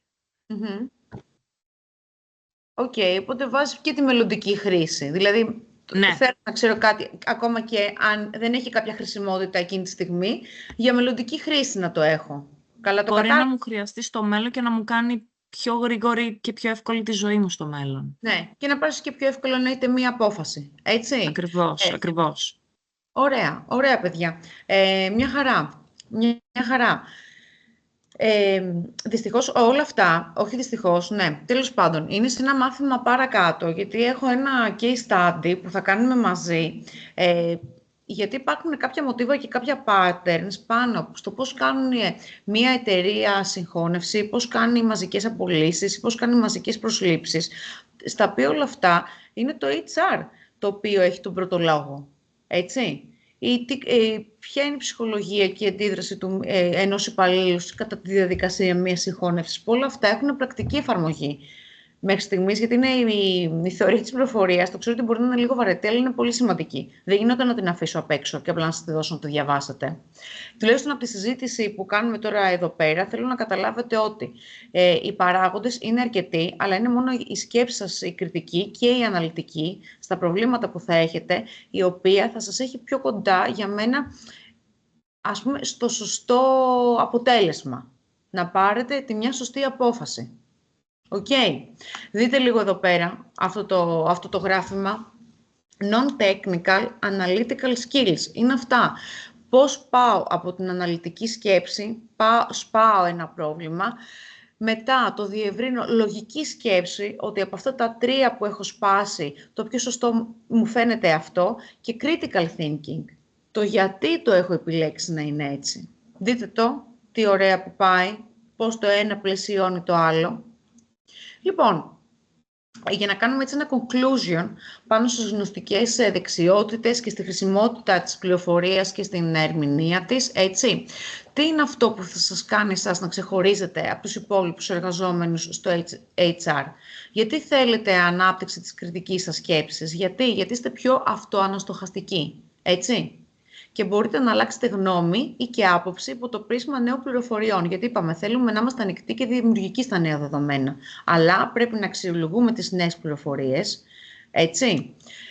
Πρέπει να εξετάζετε την πηγή από την οποία προέρχονται και εννοείται να ψάχνετε συνεχώς το πρόβλημα. Αυτό είναι και μια θεωρία ηγεσίας. Ποιος είναι ο σωστός ηγέτης? Το νούμερο 3, να κάνετε πολλές ερωτήσεις. Οι ερωτήσεις που θα πρέπει να κάνετε είναι με ποιο μπορώ να λύσω το πρόβλημα, να το ψάχνετε δηλαδή. Ποιος μου το λέει, ποιος μου τις παρέχει, γιατί μου τις λέει εμένα. Γιατί πρέπει να τις ξέρω εγώ και να μην τις ξέρει ο μάνατζερ στο sales, παραδείγματος χάρη. Έτσι. Ποιες προοπτικές υπάρχουν? Εννοείται ότι εφόσον είστε όλοι κριτικά σκεπτόμενοι και κάτι από όλα αυτά να έχετε απαντήσει, το μυαλό σας συνέχεια δουλεύει, έτσι. Θα πάτε σε άλλες ερωτήσεις μετά. Γι' αυτό και ένας κριτικά σκεπτόμενος άνθρωπος πάντα ερευνά. Έτσι. Η γνώμη έρχεται διαμορφωμένη και όλοι, οπότε μπορείτε να μακροημερεύσετε, έτσι, στο ανταγωνιστικό περιβάλλον. Και σας το εύχομαι να το κάνετε σύντομα. Είμαι σίγουρη ότι μερικοί από εσάς το κάνετε ήδη. Σιγά σιγά στα επόμενα μαθήματα θα γνωριστούμε και μεταξύ μας και καλύτερα. Και για να κλείσουμε έτσι ωραία και να κάνουμε και ένα διαλυματάκι τώρα, θέλω να μου απαντήσετε εδώ. Τι θα κάνετε? Έχετε την ευθύνη των εργαζομένων στο τμήμα σας και πρέπει να επιλύσετε μία σύγκρουση σχετικά με τη λήψη της καλοκαιρινής άδειας. Ποια είναι η φύση της σύγκρουσης και ποια μέτρα θα πάρετε για να τη λύσετε? Ποιος θα πάρει ποια άδεια τον Αύγουστο? Παιδιά, αυτό το πρόβλημα, αν δεν το έχετε αντιμετωπίσει, θα το αντιμετωπίσετε σίγουρα. Σιγά σιγά έρχονται οι γιορτές των Χριστουγέννων, γιατί εγώ να δουλεύω Χριστούγεννα, γιατί να δουλεύω την πρωτοχρονιά, εγώ καθόμουν πέρυσι, πρέπει να καθίσω φέτος. Γιατί να πάρει ο άλλος Αύγουστο, παραδείγματος χάρη, δεν έχει υποχρεώσεις, δεν έχει οικογένεια, παιδιά, να μην πάρω εγώ που έχω και τα 2 τα παιδάκια και δεν έχουν ξεκινήσει το σχολείο για να πάμε? Είναι μία μόνιμη σύγκρουση αυτή που θα κληθείτε να αντιμετωπίσετε. Για πείτε μου. Έλα, Αλέξανδρε. Ναι. Την έχω αντιμετωπίσει και ως υπάλληλος. Πώς την αντιμετώπισες? Ναι. Την έχω αντιμετωπίσει αρχικά ως υπάλληλος. Είναι 5 γραμμές ερώτημα, έτσι. Και συνοψίζεται εδώ μέσα πάρα πολλά τα στοιχεία της κριτικής σκέψης. Έχει εδώ πέρα αναλυτική σκέψη, να βάλετε να σκεφτείτε, να σπάσετε λίγο το πρόβλημα ποιος μου είναι χρήσιμος πού, έτσι. Έχει πολλά εδώ πέρα αυτές τις 5 γραμμές. Έλα, για συνέχισε. Λοιπόν, την έχω αντιμετωπίσει σαν υπάλληλος, αλλά χρειάστηκε αυτό που δόθηκε σαν οδηγία από τον προϊστάμενό μας, ήταν να το λύσουμε αρχικά μόνοι μας, βάζοντας κάποια συγκεκριμένα κριτήρια κάτω, δηλαδή την οικογενειακή κατάσταση του καθενός. Δηλαδή ένας άνθρωπος που έχει μια οικογένεια, παιδιά, είναι πολύ πιο δύσκολο να οργανώσει τις διακοπές του, την άδειά του, γιατί πρέπει να το κάνει και μαζί με τη γυναίκα του σε συγκεκριμένα χρονικά πλαίσια. Οπότε ένας άνθρωπος που είναι ελεύθερος μπορεί να του κάνει λίγο πιο εύκολα το πρόγραμμά του. Επίσης, ποιος είχε πάρει την προηγούμενη χρονιά στο αντίστοιχο χρονικό διάστημα ξανά άδεια. Τρίτο κομμάτι, ποιες ήταν οι υποχρεώσεις που έχουμε σαν ομάδα εκείνη την περίοδο στον τομέα ευθύνης μας και οι δύο υπάλληλοι. Οπότε όλα αυτά τα βάλαμε κάτω, το συζητήσαμε και νομίζω ότι εντάξει, εκεί πέρα είναι τώρα λίγο και στο κομμάτι το πόσο λειτουργούμε ομαδικά και μπορούμε να καταλάβουμε, να κρίνουμε τις ιδιαιτερότητες της κάθε περίπτωση. Στη συγκεκριμένη περίπτωση, για παράδειγμα, εγώ έβαλα κάτω τον εαυτό μου. Ήμουνα νεότερος στην εταιρεία, ήμουνα ελεύθερος εκείνη την περίοδο, δεν είχα υποχρεώσεις παιδιά. Ο συνάδελφος ήταν και πιο περισσότερα χρόνια από μένα, είχε και οικογενειακές υποχρεώσεις, οπότε από μόνος μου δηλαδή, δεν χρειάστηκε να γίνει και μεγάλη συζήτηση. Είπα στο τέλος ότι ναι, θα πάρω εγώ σε δεύτερο χρόνο άδεια ή νωρίτερα. Οπότε ένας τρόπος διαχείρισης που είδα εγώ θα έπρατα το ίδιο σαν προϊστάμενος. Θα έβαζα κάτω κάποια συγκεκριμένα επιχειρήματα, έτσι που είναι άμεσα, και θα προσπαθούσα να πω στους υπαλλήλους μου να βρούνε μόνοι τους τη λύση. Αν και από εκεί και πέρα δεν ερχόταν μόνοι τη λύση, θα αναλάμβανα με τα ίδια πάλι κριτήρια να πάρω εγώ την απόφαση. Στην ουσία σας έδωσε την πρωτοβουλία του τύπου βρείτε τα μεταξύ σας και αν δεν τα βρείτε θα το συζητήσουμε σε δεύτερη φάση, σωστά? Ναι, αλλά και τον τρόπο που ο ίδιος σκεφτόταν πώς θα έπαιρνε την απόφαση, αλλά μας άφησε να την πάρουμε μόνοι μας. Δηλαδή μας έδωσε τα κριτήρια πώς θα έπαιρνε εκείνος την απόφαση. Ωραία. Για να ακούσω και κάποιον άλλον. Για να ακούσω, μισό λεπτό, να δω ποιον έχω εδώ. Έχω ο Γιώργος ο Κουτουνίδης. Συμφωνώ 100% σε αυτά που είπε ο Αλέξανδρος πριν. Απλά να προσθέσω και το κομμάτι που έχει να κάνει με τις ανάγκες και τις προτεραιότητες που έχει η εταιρεία ή το τμήμα. Δηλαδή, για παράδειγμα, μπορεί εκείνη τη χρονική περίοδο να χρειάζεται κάποιος υπάλληλος περισσότερο γιατί έχει προκύψει ένα θέμα ή θα προκύψει ένα θέμα, έχουμε κάτι το οποίο μπορεί να το λύσει πιο σωστά ο συγκεκριμένος υπάλληλος. Δηλαδή, αυτό μόνο. Δηλαδή, κατά να συμφωνώ 100% στα προηγούμενα. Απλά λίγο και ίσως και το θέμα το τι ανάγκες έχει η επιχείρηση εκείνη τη χρονική περίοδο. Σωστά. Δηλαδή, σκέφτεσαι και την πλευρά της διοίκησης. Στην ουσία, ποιος υπάλληλος είναι αυτός που θα μου λείψει περισσότερο. Ναι. Είναι και παιδιά. Ότι καλό θα ήταν ότι αν δεν υπάρχει καμία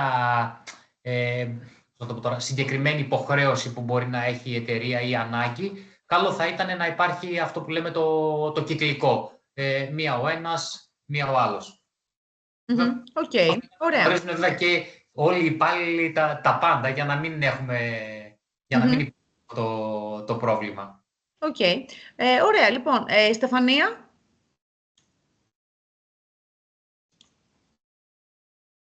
Καλησπέρα. Καλησπέρα. Εγώ συμφωνώ εν μέρει με όλα. Αρχικά στις ελληνικές εταιρείες φυσικά γίνεται κατά αυτόν τον τρόπο. Στις ξένες εταιρείες και διεθνείς, απλά συμπληρώνεις πότε θέλει να πας άδεια, ένα Excel και πας. Δεν σου λέει κανένας τίποτα. Τώρα στη δικιά μας την καθημερινότητα, αξιοκρατικό πιστεύω ότι είναι το κυκλικό. Και όχι μόνο αυτό, γιατί ας πούμε, εγώ μπαίνω σε μια νέα ομάδα και είμαι η νεότερη εκεί μέσα, όχι ηλικιακά, στην ομάδα. Πρώτα θα δουν οι άλλοι έχουν προτεραιότητα που θα πάνε, οι οποίοι και εκείνοι είναι κυκλικά, γιατί είναι το πιστεύω, κατά δικιά μου άποψη, εννοείται αξιοκρατικό όλοι να παίρνουν όλες τις άδειες και αρχή Αυγούστου και μέσα Αυγούστου και τέλος Αυγούστου. Και μετά, ας πούμε, εγώ ο άνθρωπος που ερχόταν στο τέλος της ομάδας, που είναι λιγότερο καιρό στην ομάδα, θα πάρει αυτό που ουσιαστικά θα μείνει. Και του χρόνου θα πάει πάλι κυκλικά. Αυτό. Και φυσικά όμως έχει να κάνει και με το κλίμα. Δηλαδή, μπορεί να είναι να είναι μια γενική οδηγία, να τη δώσεις στον μάνατζερ του τμήματος και ο μάνατζερ του τμήματος να δει ότι ξέρεις τι, δεν μπορεί να γίνει έτσι 100% γιατί αυτός και αυτός κάνουν το ίδιο, οπότε ένας θα αντικαταστήσει τον άλλον ή έχω μόνο ένα άτομο που κάνει από αυτό, οπότε κάπως έτσι. Αλλά αυτή πιστεύω θα ήταν η κεντρική μου οδηγία. Οκ. Ωραία, ωραία. Η Μαρία Γαριφαλιά, που δεν την έχουμε ακούσει μέχρι τώρα. Καλησπέρα, μ' ακούτε? Καλησπέρα, ναι. Λοιπόν, εγώ το συγκεκριμένο πρόβλημα το έχω βιώσει και στην εταιρεία που δουλεύω γενικά και σε προηγούμενες, αρκετές φορές. Συνήθως αυτό που κάνουν οι περισσότεροι είναι να βγάζουν λίστα, ας το θέσουμε έτσι, στην οποία όποιος προλάβει πρώτος, αυτός παίρνει την άδεια. Δεν ξέρω αν είναι σωστό ή όχι. Συνήθως αυτό κάνουν γιατί αυτό συμφέρει περισσότερο άμα έχεις πολλά άτομα προσωπικό σε ένα κατάστημα. Τη δηλώση, μάλιστα. Ναι, ας πούμε βγάζουν μια λίστα, ανακοινώνουν ότι σήμερα, ξέρω εγώ, θα βγει μια λίστα με τις άδειες. Και αυτό που γίνεται ουσιαστικά είναι, ξέρω εγώ, το κάθε τμήμα να δηλώνουν τα άτομα άδεια, έτσι ώστε όποιος, ας πούμε, έχει δηλώσει πρώτος για 15 Αύγουστο, για παράδειγμα, άδεια, να παίρνει προτεραιότητα ως το πρώτο άτομο που το δήλωσε. Να σου πω κάτι τώρα σε αυτό, παιδιά, συνάμα προσωπική. Μοιραστώ μία μαζί σας. Συμφωνώ με το κυκλικό το πρόγραμμα, συμφωνώ και με αυτά που έχετε πει. Θα βρούμε μεταξύ μας και θα δούμε τι θα κάνουμε αν δεν τα βρίσκουμε. Αυτό με το πρώτο το δήλωσε, ο πρώτος την πήρε, επειδή το έχω βιώσει, το θεωρώ τέρμα άδικο. Έτσι. Γιατί εκεί που δούλευα είχα ένα συνάδελφο, ο οποίος στο Excel που είχαμε για τις άδειες, επειδή το Excel έτρεχε χρονικά, είχε δηλώσει τις άδειες για τα επόμενα 5 χρόνια. Επειδή είχε προλάβει και τα είχε δει ήδη τη μια χρονιά, δήλωνε κάθε χρόνο άδεια Αύγουστο για τα επόμενα 5 χρόνια. Δεν το θεωρώ πολύ καλό αυτό. Όχι, ούτε εγώ. Αλλά γενικότερα αυτό το σύστημα ακολουθούν, τουλάχιστον όσους έχω συνεργαστεί εγώ στις εταιρείες αυτές. Εγώ θεωρώ ότι σίγουρα καλύτερο είναι να πηγαίνει κυκλικά, όπως είπαν και όλα τα παιδιά, ή έστω εάν, ας πούμε, είναι κάποιος καινούριος στη δουλειά και είναι κάποιος πιο παλιός, και ο πιο παλιός, ας πούμε, έχει ήδη λάβει την περσινή άδεια του καλοκαιριού Αύγουστο, μπορεί να κάνει μια υποχώρηση έτσι ώστε να πάει κυκλικά στον επόμενο, να το πάρει ο επόμενος, παρόλο που είναι καινούριος και ήρθε τώρα πρόσφατα στη δουλειά. Να κάνει και αυτός μια υποχώρηση από την πλευρά του. Εναλλακτικά, ναι, σίγουρα το κυκλικό είναι το πιο δίκαιο για όλους. Οκ. Λοιπόν, παιδιά, για να το κλείνω λίγο σιγά σιγά αυτό, γιατί πρέπει να κάνουμε ένα διαλυματάκι, γιατί μετά θα κάνουμε κάποιες ασκήσεις παρέα. Αυτό που θέλω, εντάξει, καταλαβαίνω ότι έχετε κατανόηση, καταλαβαίνετε τα προβλήματα και το πόσα skills πρέπει να έχετε για ένα πολύ απλό πρόβλημα, το πότε θα πάρω άδεια. Αλλά εδώ το ερώτημα ήταν εξαιρετικά απλό. Εδώ σας το έχω κάνει πάρα πολύ εύκολο. Σκεφτείτε μέσα ότι πια στη χώρα μας έχει αρχίσει και αλλάζει ακόμα και δημογραφικά το είδος του εργατικού δυναμικού, έτσι, ή των θρησκευτικών πεποιθήσεων. Το πιο σύνθετο πια, μάλλον απλό σύνθετο, στο πούμε, που θα έχετε να αντιμετωπίσετε, για σκεφτείτε. Όταν μέσα σε όλα αυτά θα εμπλέκεται μια υπάλληλος που ξέρετε ότι είναι μονογονεϊκή οικογένεια, πώς θα τη συμπεριφερθείτε? Ή ξέρετε ότι έχετε έναν υπάλληλο ο οποίος είναι μουσουλμάνος. Δεν θα πρέπει να σκεφτείτε και τις δικές τους θρησκευτικές πεποιθήσεις. Είναι κάποιος ο οποίος είναι Ισραηλινός, που έχουν εντελώς αντίθετο ημερολόγιο και γιορτές από τις δικές μας τις χριστιανικές. Ή τι θα κάνετε το Πάσχα, που το Πάσχα υπάρχουν άλλοι υπάλληλοι που δεν τους νοιάζει ή που δεν το σέβονται γιατί δεν το έχουν στη δικιά τους τη θρησκεία. Σιγά σιγά στο HR αρχίζουν και μας απασχολούν πάρα πολύ σχετικά τέτοια θέματα με το diversity. Έτσι. Οπότε αυτό που ήθελα μέσα από αυτό το πολύ απλό ερώτημα της άδειας είναι να καταλάβετε πόσες από όλες αυτές τις γνωστικές δεξιότητες καλείστε να έχετε για ένα πάρα πολύ απλό θέμα. Το πότε θα κάνω χρήση της άδειάς μου. Εντάξει, το νούμερο ένα πρόβλημα που θα έχετε στο HR, μάλλον, το νούμερο, το πιο σύνθες. Λοιπόν, θα κάνουμε ένα διαλυματάκι 10 λεπτά, γιατί θα γυρίσουμε πίσω να κάνουμε κάποιες ασκήσεις στις οποίες θέλω να είστε λίγο ξεκούραστο το μυαλό σας, να τα δούμε όλα εδώ πέρα μαζί. Αλλά ό,τι και να είναι, πάνω σε αυτά το case study που μόλις, ας πούμε, αναλύσαμε για την καλοκαιρινή άδεια, είναι να σπάτε το πρόβλημα, να το κάνετε αναλυτικό, έτσι, να δούμε τι πληροφορίες έχουμε, πώς θα τα λύσουμε μεταξύ μας, αλλά βάσει δεδομένων, δηλαδή πότε κάθισα, πότε κάθισες, έτσι, ποιος είναι ο τομέας ευθύνης στη δουλειά μου και αν συνυπάρχουμε μαζί και πρέπει να μείνει ο ένας πίσω, ποιος από τους δυο μας θα είναι, και έπειτα αν υπάρχει κάποια κακή πρακτική στις άδειες, όπως αυτός που τη δηλώσει πρώτος την παίρνει, τι μπορούμε να κάνουμε ή να προτείνουμε εμείς στο HR για να βελτιώσουμε και να πάμε σε μια σωστή λύση. Έτσι, γιατί πάντα το HR είναι ένα τμήμα που πάει μπροστά, παιδιά, εξελίσσεται. Κάποτε μιλάγαμε για διοίκηση προσωπικού, τώρα λέμε για human resources. Είναι άλλες έννοιες. Οκ. Λοιπόν, είναι 7 παρατέταρτο. Παιδιά, ωραία, 7 στρογγυλά.